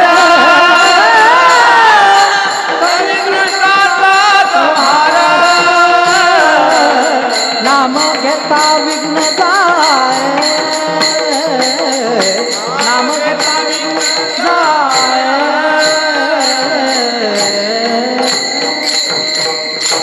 रुद्रा करावा अवतार, करे दुष्टांचा संहार, नाम घेता विघ्न जाये, त्याचा महिमा वर्णो काय.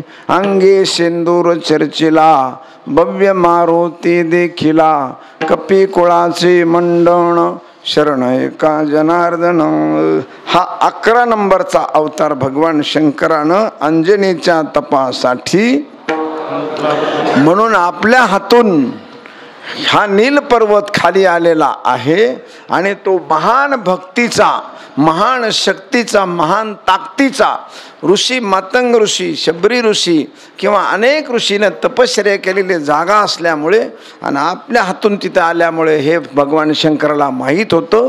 म्हणून शंकरानं वटेश्वर नावानं त्या डोंगरावर तप केलं आणि आपल्या भूमीला आहे त्या जागेवर उंची वाढवून दिली. आणि म्हणून भगवान वटेश्वर भगवान तप करतात.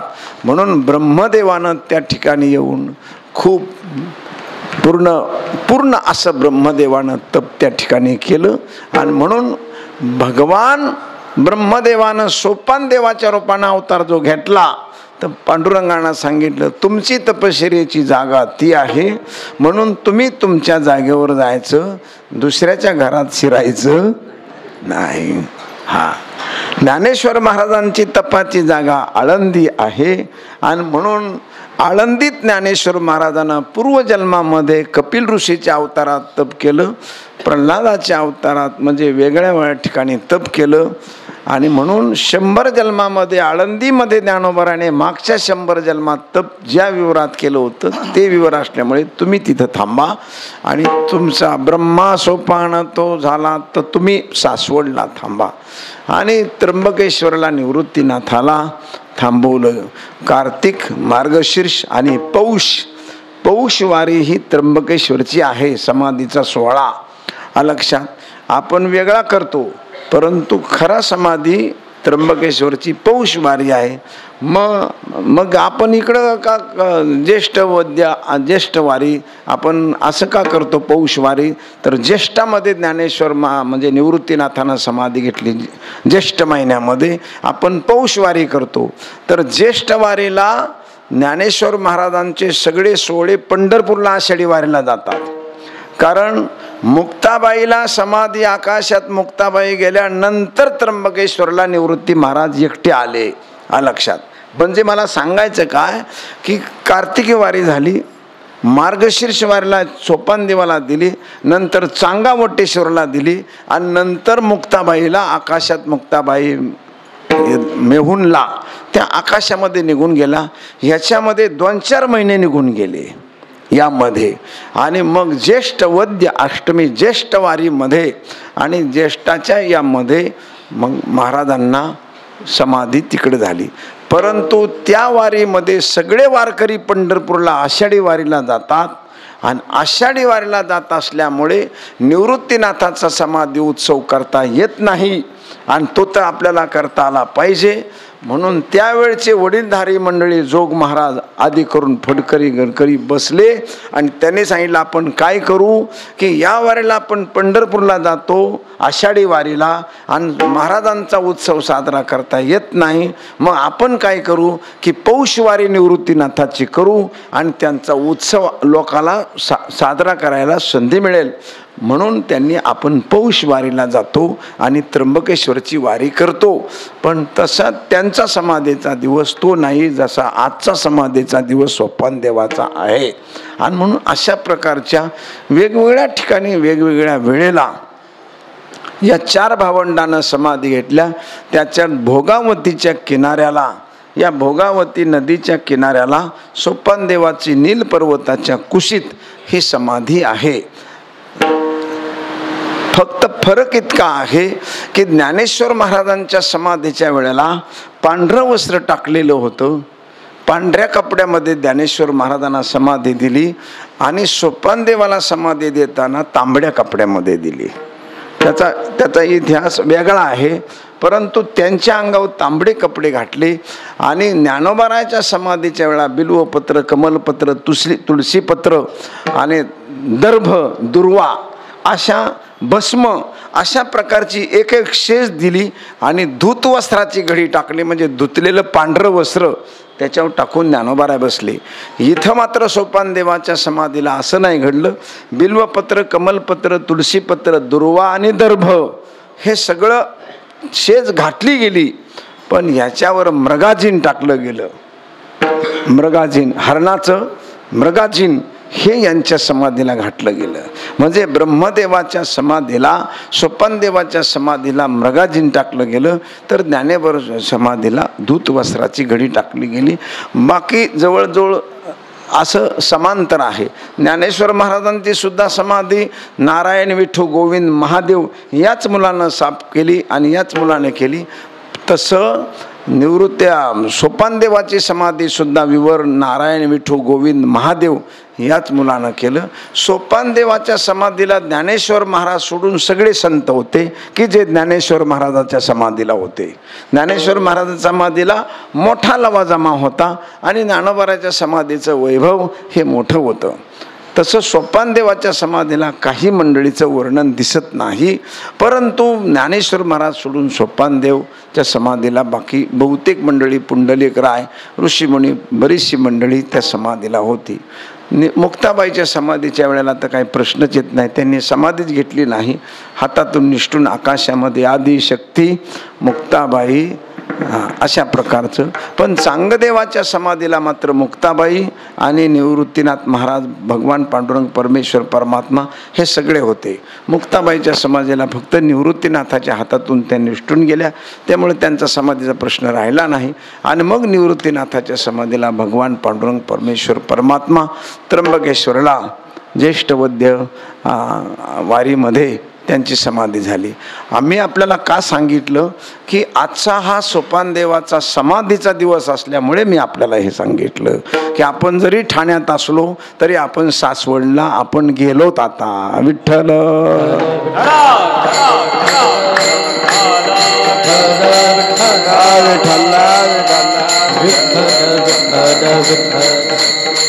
म्हणून काही गोष्टी त्या त्या क्षेत्रातल्या महत्त्वाच्या असतात की त्या क्षेत्रात गेल्यानंतर काही गोष्टी आपल्याला सर्वसामान्य माहीत असतात. त्र्यंबकेश्वरला निवृत्तीनाथाची समाधी आहे. भगवान शंकराचं आळंदीला माऊलीच्या मंदिरामध्ये पूर्ण प्रदक्षिणा घालतात. आळंदीला माऊलीच्या मंदिरात पूर्ण प्रदक्षिणा घालतात. तसं त्र्यंबकेश्वरला ज्योतिर्लिंगाला पूर्ण प्रदक्षिणा घालतात. 12 ज्योतिर्लिंगाला कुठेही पूर्ण प्रदक्षिणा नाही आहे, लक्षात ठेवा. ज्योतिर्लिंगाला शंकराला प्रदक्षिणा पूर्ण घालायचीच नसते. फक्त अपवाद 12 ज्योतिर्लिंगापैकी त्र्यंबकेश्वरचा एक आहे की त्र्यंबकला पूर्ण प्रदक्षिणा घालायची. का तर त्या लिंगामध्ये ब्रह्मा, विष्णू आणि महेश हे 3 देव एकत्र असल्यामुळे तिथे पूर्ण प्रदक्षिणा आहे. आता त्र्यंबकेश्वरच्या वारीचं असतं तर मग तुम्हाला फक्त त्र्यंबकेश्वर एवढाच शब्द सांगितला असता, कारण आता तो प्रसंग नाही आहे. परंतु त्र्यंबकेश्वरचं ज्योतिर्लिंग असं ज्योतिर्लिंग आहे, काही जर घडलं तर त्याच्यातून आग बाहेर येते. त्या लिंगातून आजही त्याच्यातून अग्निज्वाळा बाहेर येतात. आणि मग सगळे ब्राह्मण, तिथली मंडळी तिथे भरपूर दूध आणि भरपूर पाणी घालतात आणि ते शांत करतात. हे आजही त्र्यंबकेश्वरला आहे. ते त्र्यंबकच्या मंडळीला जाऊन विचारा तुम्ही. म्हणजे आजही तिथे ज्वाळा महाभयंकर आहेत. म्हणजे तिथे 3 देव असल्यामुळे पूर्ण प्रदक्षिणा आहे. बाकी कुठल्याही ज्योतिर्लिंगाला या सगळ्या मंडळीनं शंकराच्या सानिध्यातच समाध्या घेतल्या सगळ्यांना. मग शंकराच्या सानिध्यात समाधी काही अपवादात्मक काही गोष्टी असतात. शंकराला तुळशीपत्र वाहतच नाहीत, म्हणजे वाहूच नाही शंकराला तुळशीपत्र. फक्त एक दिवस शंकराला तुळशीपत्र चालतं, वैकुंठ चतुर्दशीच्या दिवशी. फक्त एकच दिवस कार्तिक वारीच्या अगोदर वैकुंठ चतुर्दशी असते, तेवढ्या दिवशी शंकराला तुळशीपत्र चालतं. नाही तर शंकराला कुठेही तुळशीपत्र व्हायचं नाही. परंतु याला अपवाद एक तुमच्या माहितीसाठी सांगतो की औंढ्या नागनाथ असं एक ज्योतिर्लिंग आहे की त्याला रोज तुळशीपत्र वाहिलं जातं. कुठं वाहिलं जातं? त्या पिंडीला, लिंगाला नाही, पिंडीला. का तर त्या पिंडीवर भगवान कृष्ण भगवान ज्यावेळा विष्णू भगवान त्यांना भेटायला आले त्यावेळेला त्यांनी सुदर्शन चक्र तिथं ठेवलं. आणि म्हणून त्या पिंडीला औंढ्या नागनाथ अशी एक पिंड आहे की त्या पिंडीवर सुदर्शन चक्र आहे. म्हणून 12 महिन्याने रोज त्या पिंडीला तुळशीपत्र वाहिलं जातं हे आपल्याला माहीत असावा म्हणून सांगितलं. हे माहीत असावा. 12 महिने केव्हाही त्याला तुळशीपत्रच वाहावं लागतं. त्याच्या लिंगावर बेलपत्र आणि खाली तुळशीपत्र. काही गोष्टी साधारण छोट्या छोट्या गोष्टी आपल्याला माहीत नाही. काही माणसाला काय असतं, बेल व्हायची सवय असते, पण सगळं बेल मिळत नाही आपल्याला. आपल्याला बेल मिळाला नाही, मग आपल्याला व्हायचं ना, आपला तर नेहमी बेल. मग सोपी गोष्ट तुम्हाला सांगतो, जर कोणी बेल व्हायला असेल तिथं शंकराच्या, तर तोच उचला, पाण्यात तुमच्या भांड्यात धुवा आणि परत वाहून ठेवा, तरी त्याला चालतो. आहे का नाही सोपी गोष्ट? सोपी आहे का नाही? तिथलाच घ्यायचा, फक्त उचलायचा आणि आपल्या पाण्यात स्वच्छ, आपल्याकडे जे भांड आहे पाण्यात, नाही तर दुसऱ्याच्या भांड्यात धुतात. आलं का लक्षात? तुमच्या पाण्यात धुवा. तुम्ही जे पाणी नेलंय शंकराला घालायला, त्या पाण्यात तो बेल धुवून काढा आणि खुशाल वाहा. तो चालतो, त्याला ते मान्य आहे. असा किती दिवस चालतो? जोपर्यंत ते सुकत नाही. कळलं का? म्हणजे कैलासीचा देव भोळा. कारण ह्या भक्तीतल्या छोट्या गोष्टी आपल्याला माहीत असल्या पाहिजेत की देवाचे वर्म एक प्रकारचं वर्म आहे. आणि बेल वाहताना उताना नाही व्हायचा, पालथा व्हायचा. त्याच्या पाठीमागे देठाला गाठ असते, ती गाठ तोडून टाकायची आणि मग तो बेल व्हायचा. नाहीतर त्याच्या पाठीमागे एक ती गाठ म्हणजे एक राक्षसी वृत्ती आहे, त्या वृत्तीकडे ते पुण्य जातं. आणि म्हणून काही गोष्टी आपण टेंटेटिव्ह पाळायच्या. मी का आपल्याला सांगितलं तर ह्या भक्ती क्षेत्रामध्ये या संतानं, सगळ्या संतानं शंकराच्या जवळ समाध्या घेतलेल्या आहेत. हेवन तुकाराम महाराजांना जरी भंडारा, घोराडा, भामगिरी डोंगरावर जरी भजन केलं तरी परंतु शंकराच्याच मंदिरात केलं, हे आपल्याला माहीत असलं पाहिजे की शंकराच्याच मंदिरात. का? शंकर हे सगळ्यात पहिले भक्त आहेत, पहिले संत आहेत, पहिले ज्ञानी आहेत आणि पहिला सुखाचा देणारा दाता आहे. आणि म्हणून पहिले संत. का शंकराजवळ सगळ्यात मोठा विचार राहतो. आणि म्हणून शंकर निवृत्तीनाथाच्या रूपाने जन्माला येऊन सगळ्यांना ज्ञानाची परंपरा सुरू केली. आणि म्हणून विचार हा भगवान शंकराजवळ राहतो, अत्यंत विचार. म्हणून शंकरजी पहिले संत आणि पहिले ज्ञानी आहेत. आदिनाथ गुरु, सकळ सिद्धांचा मच्छिंद्रायाच. आणि म्हणून संताजवळच का सुख राहतं तर विचारात राहतं. म्हणून सुखानुपम संताचे चरणे. चरण म्हणजे स्वरूप, स्वरूप म्हणजे विचार. संतांच्या विचारात सुख राहतं. आणि संत मिळणं फार दुर्मिळ आहे. मी आपल्याला पहिल्यांदा शब्द सांगितला की फार दुर्मिळ गोष्ट. शैले शैलेन माणिक्यम मौक्तिकम न गजे गजे साधो नै सर्वत्र चंदनम न वने वने. सगळ्या जंगलामध्ये चंदनाची झाडं नसतात, तरी तसे साधूंचे कळप नाही. संत कळणं लय अवघड गोष्ट आहे. नवरा संत असला तर बायकोला कळत नाही, बायको संत असली तर नवऱ्याला कळत नाही, मुलगा संत असला तर बापाला कळत नाही, मुलगी संत असली तरी आईला कळत नाही. इतकी संत कळणं गोष्ट अवघड आहे. मदाला सर आणि संत आहे, 4 पोरं झाली ऋतुध्वजाला, कधी नवऱ्याला कळलं नाही माझी बायको संत आहे. विषाचा प्याला प्यायला दिला मीराबाईच्या आईनं, पण माझी मुलगी संत आहे कळलं नाही. मग हिरण्यकश्यपू मरून गेला, पण माझा मुलगा संत आहे हे त्याला मेलं तरी कळलं नाही. मग मला सांगा, घरात जन्माला आलेला साधू कळत नाही, मग 2 तास कीर्तनाला आलेला बाबा संत आहे कसं काय कळायचं? कसं काय काढायचं सांगा बरं? विठ्ठल विठ्ठल.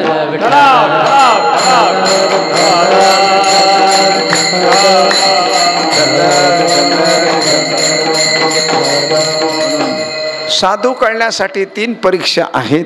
एक परीक्षा आहे देवानं सांगावं हे संत आहे जा सेवा कर. जसं नामदेव महाराजाला विसोबा खेचराकडे पाठवलं आणि जा औंड्या नागनाथाला सेवा कर, देवानं सांगितलं तेव्हा कळालं. दुसरी गोष्ट संतानं सांगावा हे संत आहे जा. जसं ज्ञानेश्वर महाराजानं चांगदेवाला सांगितलं मुक्ताबाईकडे जा, म्हणजे ज्ञानेश्वर महाराज संत आणि चांगदेवाला सांगितलं मुक्ताबाईकडे जा ही संत आहे जा. म्हणजे एकतर देवानं तरी सांगावा, संताने तरी सांगावा, नाही तर महाराज तिसरी परीक्षा सांगतात. तुका म्हणे अंगे व्हावे ते आपण तरीच महिमान येईल कळो, तरीच महिमान येईल कळो. भावेत आपण तरीच महिमान येईल कळो. तुका म्हणे अंगी भावेत आपण, तरीच महिमान येईल कळो, तरीच महिमान येईल कळो.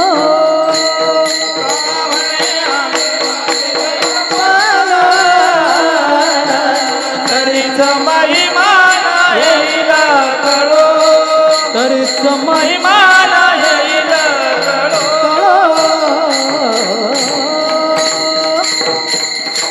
आपण स्वतः साधना करावी, आपण स्वतः तप करावा, आपण स्वतः नामस्मरण चिंतन करावा आणि मग आपल्यात अधिकार निर्माण झाल्यानंतर पुढची व्यक्ती. अंगे व्हावे ते आपण, तरीच महिमान येईल कळो.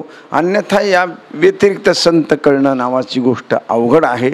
आणि ही अवघड गोष्ट सोपी करून सांगण्यासाठी चोखोबाऱ्या म्हणतात. जरी अवघड असलं तरी मी पत्ता तुम्हाला सांगतो. तुम्हाला जरी अवघड असलं तरी तुम्ही जा. प्रत्यक्ष अलंका भुवनी नांदतसे, त्या ठिकाणी सुख आणि संत तिथं नांदतात म्हणले. जा, सुख आहे त्यांच्या. प्रत्यक्ष तुम्ही जा, समक्ष जा. अलंका भुवनी नांदतसे, अलकावती नगरीमध्ये, आळंदी नगरीमध्ये ते नांदायला गेले. का नांदायला गेलं तिथं? आळंदी नगरीत सुख का नांदायला गेलं? त्याचं कारण मीमांसा सांगतो. आळंदी नगरी देवभूमी आहे, संतभूमी आहे, ज्ञानभूमी आहे, तपोभूमी आहे, यज्ञभूमी आहे, मंत्रभूमी आहे, सिद्धभूमी आहे. आळंदीचं घर दार, बिल्डिंगी, रस्ते, धंदे, व्यापार हे सगळं सोडून पलीकडून आळंदीला बघा, मग आळंदीकडून तुम्हाला काय ती. हे बिल्डिंगी बघायच्या नाही, रस्ते बघायचे नाही, रोड पाहायचा नाही. आळंदीमध्ये साधना करा आणि मग आळंदीला बघा कशी आळंदी ते. म्हणून आळंदी ही नगरी आपल्या तपश्चर्याला साथ देते. आपण साधना केली ना 100% तिला साथ देते. माझ्या शब्दावर तुम्ही विश्वास ठेवा. मी तुम्हाला बरं वाटावं म्हणून सांगत नाहीये, खरं सांगतोय हे.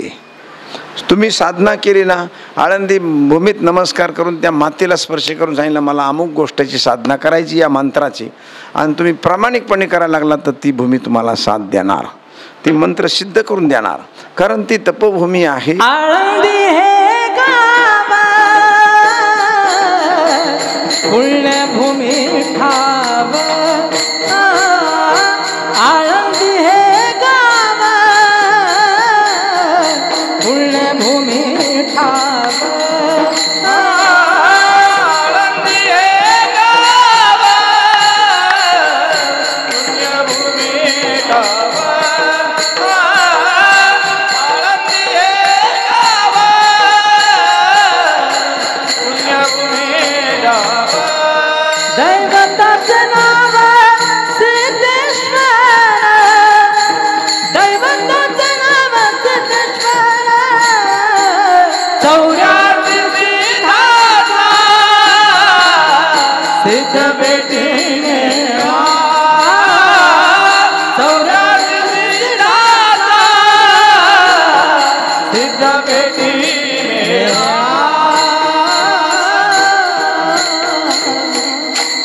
आळंदी हे गाव पुण्यभूमी ठाव. ही पुण्यभूमी आहे, तपभूमी आहे. शिवपीठ हे जुनाट, पूर्वी येथे होते निळकंठ, ब्रह्मादिका तपवरिष्ठ, येथेची पै केली कारणेशी, याग संपादिले या भूमीशी, इंद्रायणी इंदोरीशी, पंचकृषी यापासोनी. अशा प्रकारची ही तपभूमी आणि देवभूमी आहे. अनेक देव या ठिकाणी येऊन राहिलेले आहेत आणि अनेक सिद्ध पुरुषांना या ठिकाणी येऊन तपश्चर्या केलेली आहे. 84 सिद्धांचा सिद्ध भेटी मेळा, प्रत्यक्ष स्थापिला कल्पवृक्ष, तयाशी नित्यता घडता प्रदक्षिणा नाही पार पुण्या वास स्वर्गी अमृतमय वाहे पुढे इंद्रायणी भागीरथी करोणी तीर्थराज ऐशी स्थळी समाधी ज्ञानदेवा एका जनार्दनी ठावा लंकापूर. अशा प्रकारची ही सिद्धभूमी, तपोभूमी, देवभूमी, मंत्रभूमी आणि ऋषी मुनींची भूमी. हे जाणस्ताना पूर्वी अगस्तीचे अशी ही शक्तिशाली भूमी असल्यामुळे आजही या भूमीत तशीच ताकद आहे. किती विज्ञानानं आणि किती विकासानं किती गर्दीनं जरी फुलून गेलेलं असलं तरी गणित हे कधीही बदलत नाही. गणिताची पद्धती बदलन पण गणिताचं उत्तर बदलत नसतं. 2 आणि 2 4 होईल. एखादा म्हणून मला 2 आणि 2 4 करायचं नाही, मला 1.5 आणि 2.5 करायचंय, पण उत्तरात नाही बदल होणार. एखादा म्हणला मला 3 आणि 1 करायचंय, उत्तरात नाही. एखादा म्हणला 2.25 आणि 1.25 करायचे, उत्तरात बदल नाही. त्याची पद्धत बदलेन पण उत्तर बदलत नाही. आळंदी ही सिद्धभूमी आहे. भक्ती करण्याची पद्धत बदलन पण लाभ तुम्हाला जो आहे त्याच्यात बदल नाही. जो आहे तोच होणार.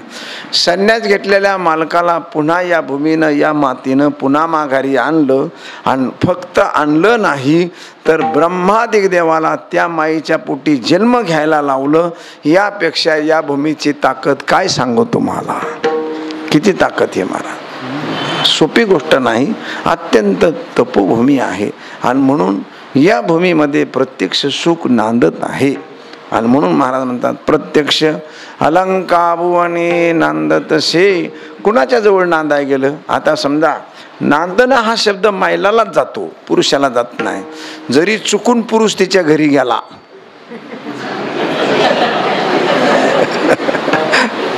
कळलं का तुम्हाला. याला काय म्हणतात. हा, ठाण्याची माणसं लई शानी आहेत बाबा.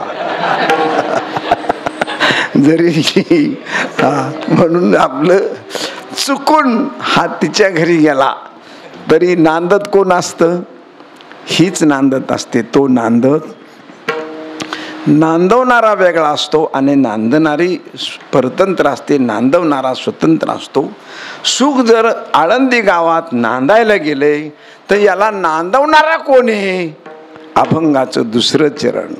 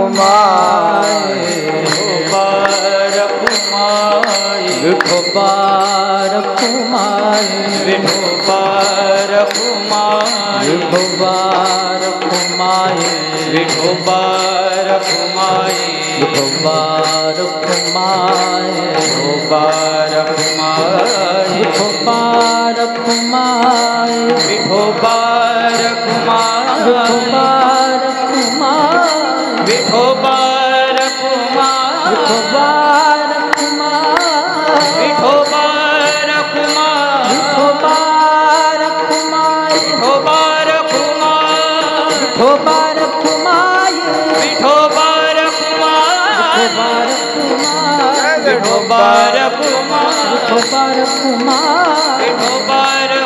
विठोबा रखुमा विठोबा रखुमा विठोबा रखुमा पुंडलिक वरदा हरी विठ्ठल श्री ज्ञान तुकाराम नसून हा त्यांचा स्वभाव आहे. आई आहे, आईचा त्यांचा स्वभाव आहे. तुकोबारा म्हणतात मी बोलत नाही, अनेक माझ्या अगोदरच्या थोर थोर व्यक्तिमत्वानं त्यांचा आई म्हणून गौरव केलेला आहे. मी बोलत नाही. वेदशास्त्र देती ग्वाई म्हणती ज्ञानाबाई आई. वेदानं शास्त्रानं त्यांना आई म्हणून गौरवलेलं आहे. आणि म्हणून ती ज्ञानेश्वर माऊली या नावानं मी बोललो. माझ्या नंतरची माणसंसुद्धा तशीच बोललेली आहे, संतसुद्धा तसेच बोललेले आहेत. ज्ञानराज माझी योग्यांची माऊली, झेणे निगमवली प्रगट केली. साधकाचा मायबाप, दर्शने हरे ताप, सर्वाभूती सुखरूप. ज्ञानोबा माझा म्हणजे मायबाप, आई. अलंकापुरवासिनी ज्ञानाबाई माय बहिणी. म्हणजे इथं सुद्धा माय शब्द वापरलेला आहे, माऊली शब्द वापरलेला आहे. ही आईची भूमिका, मायबापाची भूमिका त्यांच्याकडं आहे. ही काय भूमिका आहे?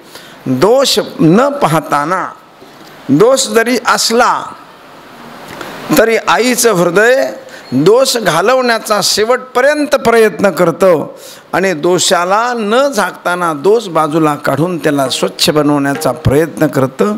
हे आईचं हृदय आहे. आणि असं प्रयत्न करत असताना त्याचं संरक्षण आणि सांभाळ करतं, हे वडिलांचं हृदय आहे. म्हणून मायबापाच्या हृदयानं समाजाच्या कल्याणासाठी ही माऊली जन्माला आलेली आहे. आणि म्हणून त्याच्याजवळ सुख त्यांच्याकडं नांदायला गेले. तो हा महाराज ज्ञानेश्वर माऊली. आणि सुख लोकाला देण्यासाठी, नांदण्यासाठी त्यांनी काय काम केलं, कसं सुख लोकाला दिलं, आई ही संज्ञा त्यांना आली कशी काय? जेणे निगमवली प्रगट केली. कार्यातून महाराज प्रेम दिसतं, कामातून प्रेम दिसतं, कृतीमधून प्रेम दिसतं. कृती नसेल तर प्रेम कसं काय देणार तुम्ही? काहीतरी कृतीसाठी प्रेम असावं लागतं.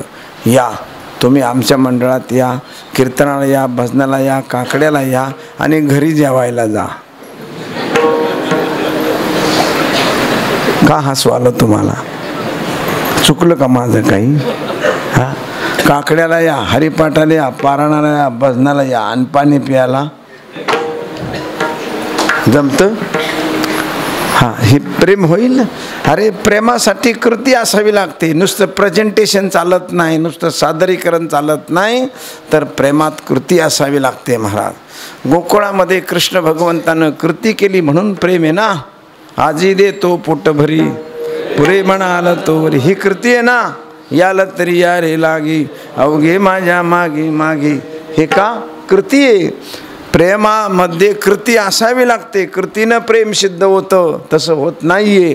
काहीतरी देवाचं चिंतन, नामस्मरण, भजन, पूजन, दान, धर्म, सेवा ह्या सगळ्या कृती आता, आणि त्याच्यातून प्रेम सिद्ध होतं. महाराज ज्ञानेश्वर महाराजाने समाजावर प्रेम सिद्ध करण्यासाठी काय केलं?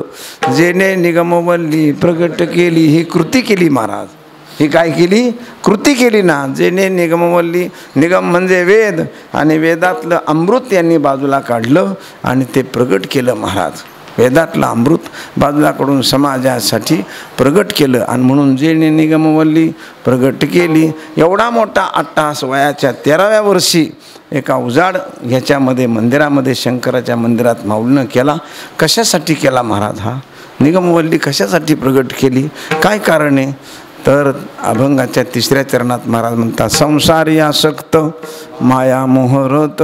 संसारात ममतेमध्ये, मायेमध्ये, मोहामध्ये, चुकीच्या पद्धतीत जी सामान्य माणसं रुतून बसलीत, जी खचून गेली, रुतली, गाडली गेली, अशा माणसांचा उद्धार व्हावा, अशा व्यक्तिमत्वाचा, अशा समाजाचा उद्धार व्हावा म्हणून संसारी आसक्त माया मोहरत. बघा, संसार शब्द ठेवलाय.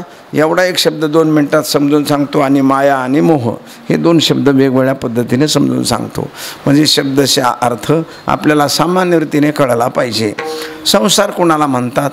मला 2 बंगले आहेत, 2 बायका आहेत, 4 पोरं आहेत, याला माणसं काय म्हणतात?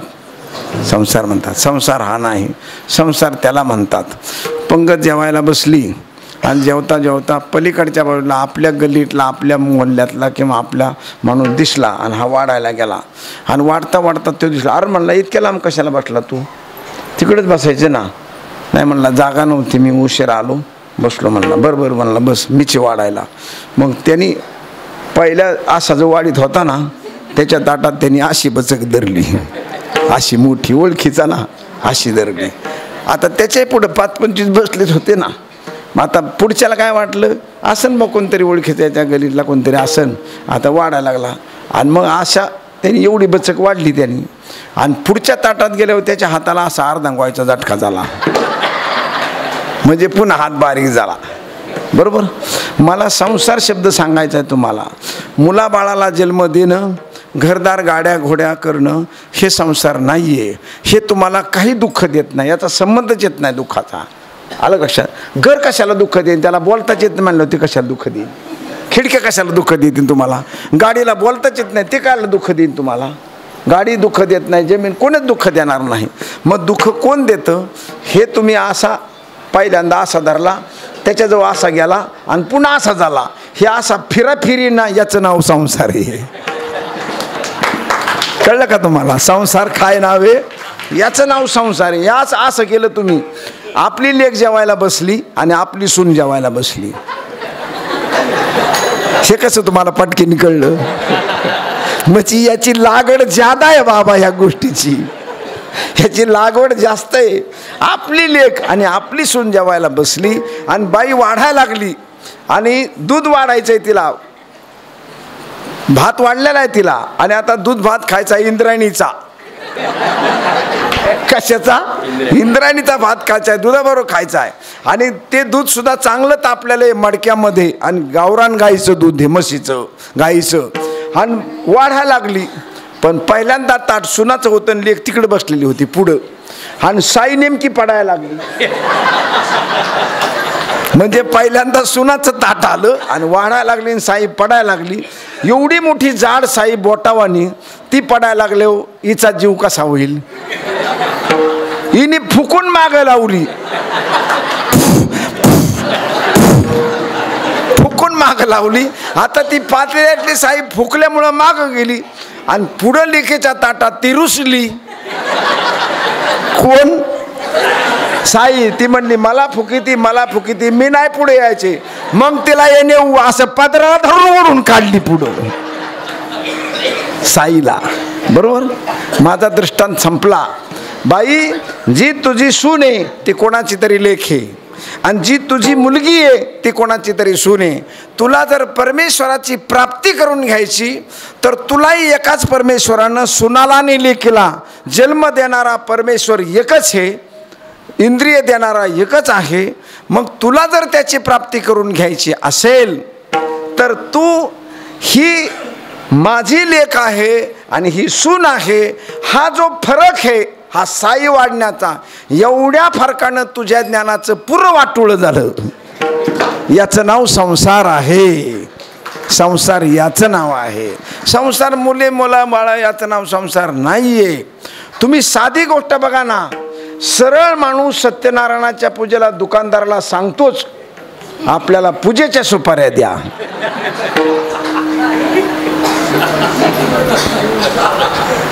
याचं नाव काय आहे?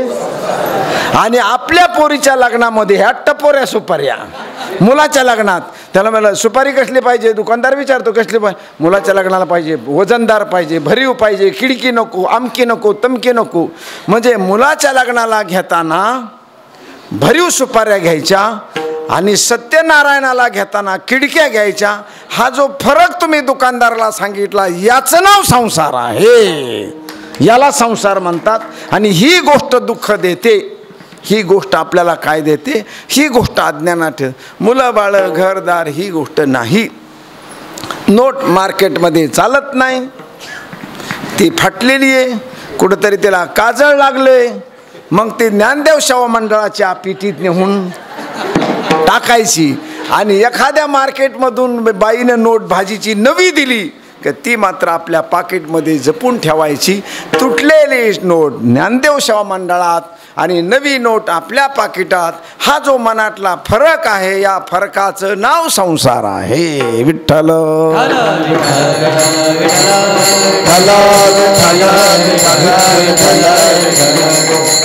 आणि म्हणून हा फरक माणसाला दुःख देतो, द्वैत देतो. ह्या फरकामध्ये अज्ञान आहे. देवाला देताना आपण ते फळं आणतात ना माईला, तुम्ही आणता का नाही मला माहीत नाही, पण पूजेला आणतात. ते मार्केटमध्ये वाटे ठेवलेले असतात त्या विकणाऱ्यानं. ते असे महाराज पेरू असतात की चांगल्याचा दात बाहेर येईन त्या पेरूनं खाल्ल्यावर.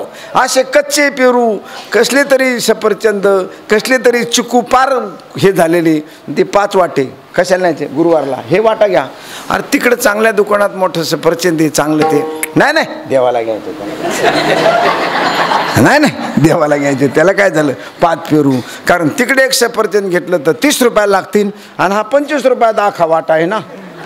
मग मला सांगा, जे देवाला तुम्हाला द्यायचंय, आता विश्वाचा मालक ज्याची मंडळी लक्ष्मी आहे आणि जो सगळ्या फुलांना फळाला जन्म देतो, त्याला ही कुचकी फळं दिल्यावर तुम्हाला चांगलं देईल का कुचकं देईल? आईची शपथ घेऊन सांगा, आईची शपथ घेऊन सांगा. तुम्ही त्याला कुचकं दिल्यावर तो तुम्हाला कसा देईल महाराज? विचार करणार. त्याचा स्वभाव असा आहे, तो वाणी आहे महाराज. तो वाणी आहे. तुम्ही जसं द्याल तसं. जसा चेंडू भिंती जितक्या वेगानं तितक्याच वेगानं माघारी येणार, तसं तो देत नाही. म्हणून अशी पद्धती आहे. आणि म्हणून महाराज देवाला देताना असं द्यायचं आणि आपण खाताना असं खायचं. ह्या वृत्तीतला जो फरक आहे याचं नाव संसार आहे. अशा वृत्तीमधून, अशा अज्ञानामधून, अशा चुकीच्या पद्धतीमधून ज्ञानोबारायानं समाजाला बाहेर काढण्यासाठी संसारी आसक्त माया मोहरत ऐसे जे पतित तारावया ऐशिया पतितांचा करावया उद्धार. म्हणून सर्वत्र आपली समजदारी छान असावी, चुकीची नसावी. हे मोह, हा ममता, अज्ञान, माया या दुःखातून बाहेर काढण्यासाठी ज्ञानोबाराने अमृतवली तयार केली आणि त्या अमृतवलीचं नाव ज्ञानेश्वरी ठेवलं. एक चोखा म्हणे श्रेष्ठ ज्ञानदेवे ग्रंथ वाचिता सनाथ होते जेव. त्या ग्रंथाचं नाव ज्ञानेश्वरी ठेवलं. ज्ञानेश्वरी ही कादंबरी नाही, ज्ञानेश्वरी हा सकाळ संध्याकाळ पेपर नाही, ज्ञानेश्वरी उगच कुठंतरी वाचण्याचा कागद असा नाही की वाचला आणि फेकून दिला. तर ज्ञानेश्वरी हे ज्ञानेश्वर महाराजांचं हृदय आहे. हृदय लक्षात ठेवा, हे ज्ञानोबारायचं हृदय आहे. अरे ऊस चरखात गाळला आणि रस काढून घेतला आणि ती ऊसाची चुटी जे आहे ते वाळू घातली आणि तिचा वास घेतला तरी गोड वास येतो. पुन्हा ती चुलीत जाळली तरी त्या चुलीतून निघणारा जो धूर आहे त्या धुराचा सुद्धा वास कसा येतो? गोड वास येतो मला. शेवटपर्यंत त्या धुराचा, म्हणजे साधी ऊसाची चुटीसुद्धा आपला स्वभाव टाकीत नाही. तर ज्ञानेश्वर महाराजांच्या मुखामधून आणि ज्ञानेश्वर महाराजांच्या अंतकरणातून जे शब्द आले त्या शब्दाला ज्ञानेश्वर महाराजांची जीभ, ज्ञानेश्वर महाराजांचं अंतकरण लागलेलं आहे. आणि म्हणून ते अंतकरण जशाच तसं माऊलीनं ठेवलेलं आहे. म्हणून तू वाचून बघ, ते जिभेला लावून बघ. ते शब्द जिभेला लावले की आपल्या रक्ताचा DNA, रक्ताच्या पांढऱ्या पेशी आणि तांबड्या पेशीचा स्वभाव बदलतो महाराज. हा ज्ञानेश्वरी शब्दाच्या ग्रंथाचा अनुभव आहे, ज्ञानेश्वरीचा अनुभव आहे हा. आणि म्हणून काही गोष्टी आहेत महाराज. साधी गोष्ट 1 मिनिटात आपल्याला सांगतो. आपले वडील आई वारली तर माणसं प्रेत घेऊन जाताना स्मशानभूमी जाळताना एक दगड घेतात आणि त्याला त्याच्यावर जीव खडा मानतात आणि आपले वडील त्याच्यावर बसलेले आहेत असा भाव ठेवतात. तो जीव खडा 10 दिवस तुम्ही जपून ठेवता आणि 10व्या दिवशी त्याची पूजा करता आणि पिंडदान करता, बरोबर आहे. आणि त्यावेळेला तो कावळा येतो जवळ, येतो बाजूला जातो जवळ, त्यावेळेस तुम्ही 100 जण प्रार्थना करता, मुलगा मुलगी मावशी काकी दादा मुलीचं लग्न करील, भावाला भांडायचं नाही, बहिणीला अमकं करील तमकं करील, तो शिव बाबा नाही तर आमची पुरी आबरू याच्यात जाईल, सगळे लोक आम्हाला नावं ठेवतील, असं आपण त्या कुणाला म्हणतो? दगडाला. हे ध्यानात ठेवा. कुणाला म्हणतो? त्या दगडाला. म्हणजे दगडावर आपला बाप बसलेला आहे, ही जर आपली श्रद्धा जर आहे तर ज्ञानेश्वरीच्या ओवीत कोण बसला असन याचा तुम्ही प्रश्न विचार करायचा.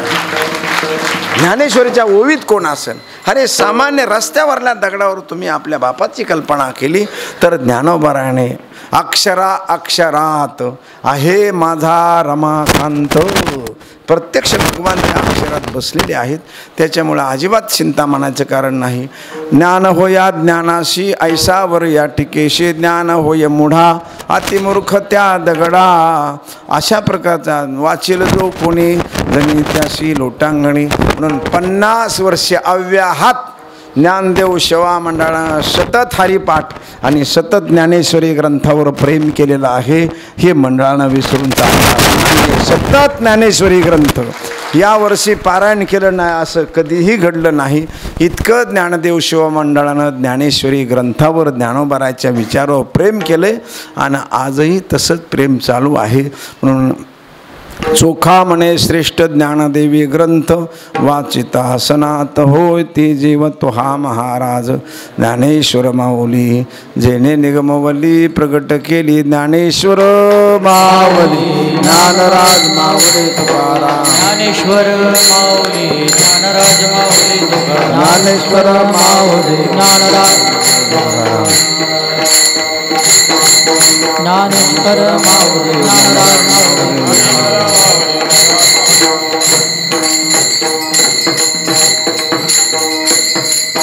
यथामती बहुअवकाश यथा अवकाश झालेली सेवा माऊलीच्या चरण कमली गणरायांच्या आणि भगवान शंकराच्या प्रांगणातील असलेल्या देवदेवतेच्या चरणी समर्पित करून थांबायचं. आपल्याला चाल म्हणायची. चोखा म्हणे श्रेष्ठ ज्ञानदेवी, चोखा म्हणे श्रेष्ठ ज्ञानदेवी ग्रंथ, चोखा म्हणे श्रेष्ठ ज्ञानदेवी ग्रंथ, चोखा म्हणे श्रेष्ठ ज्ञानदेवी ग्रंथ, चोखा म्हणे श्रेष्ठ ज्ञानदेवी ग्रंथ.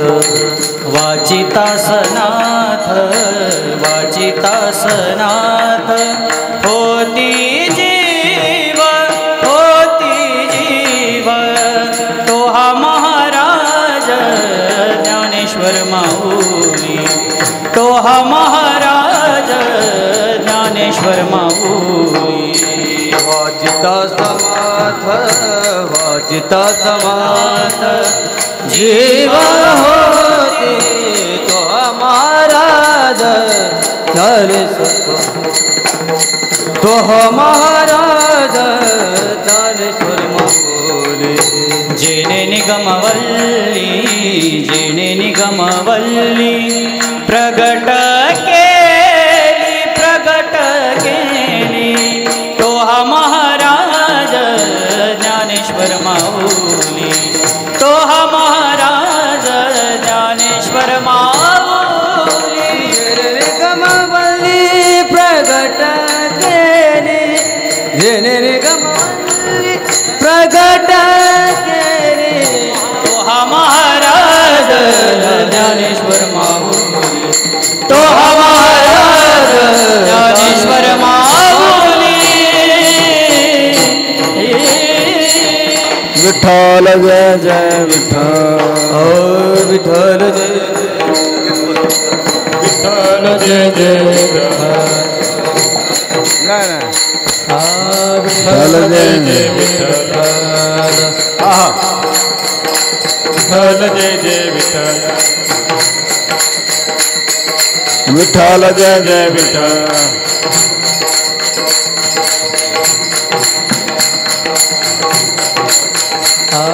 बोले कुरे देवा पुढे उत्तर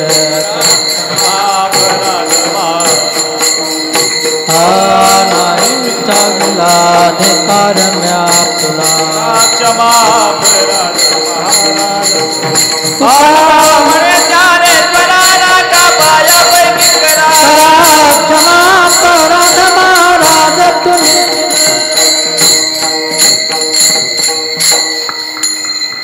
रामकृष्ण हरी.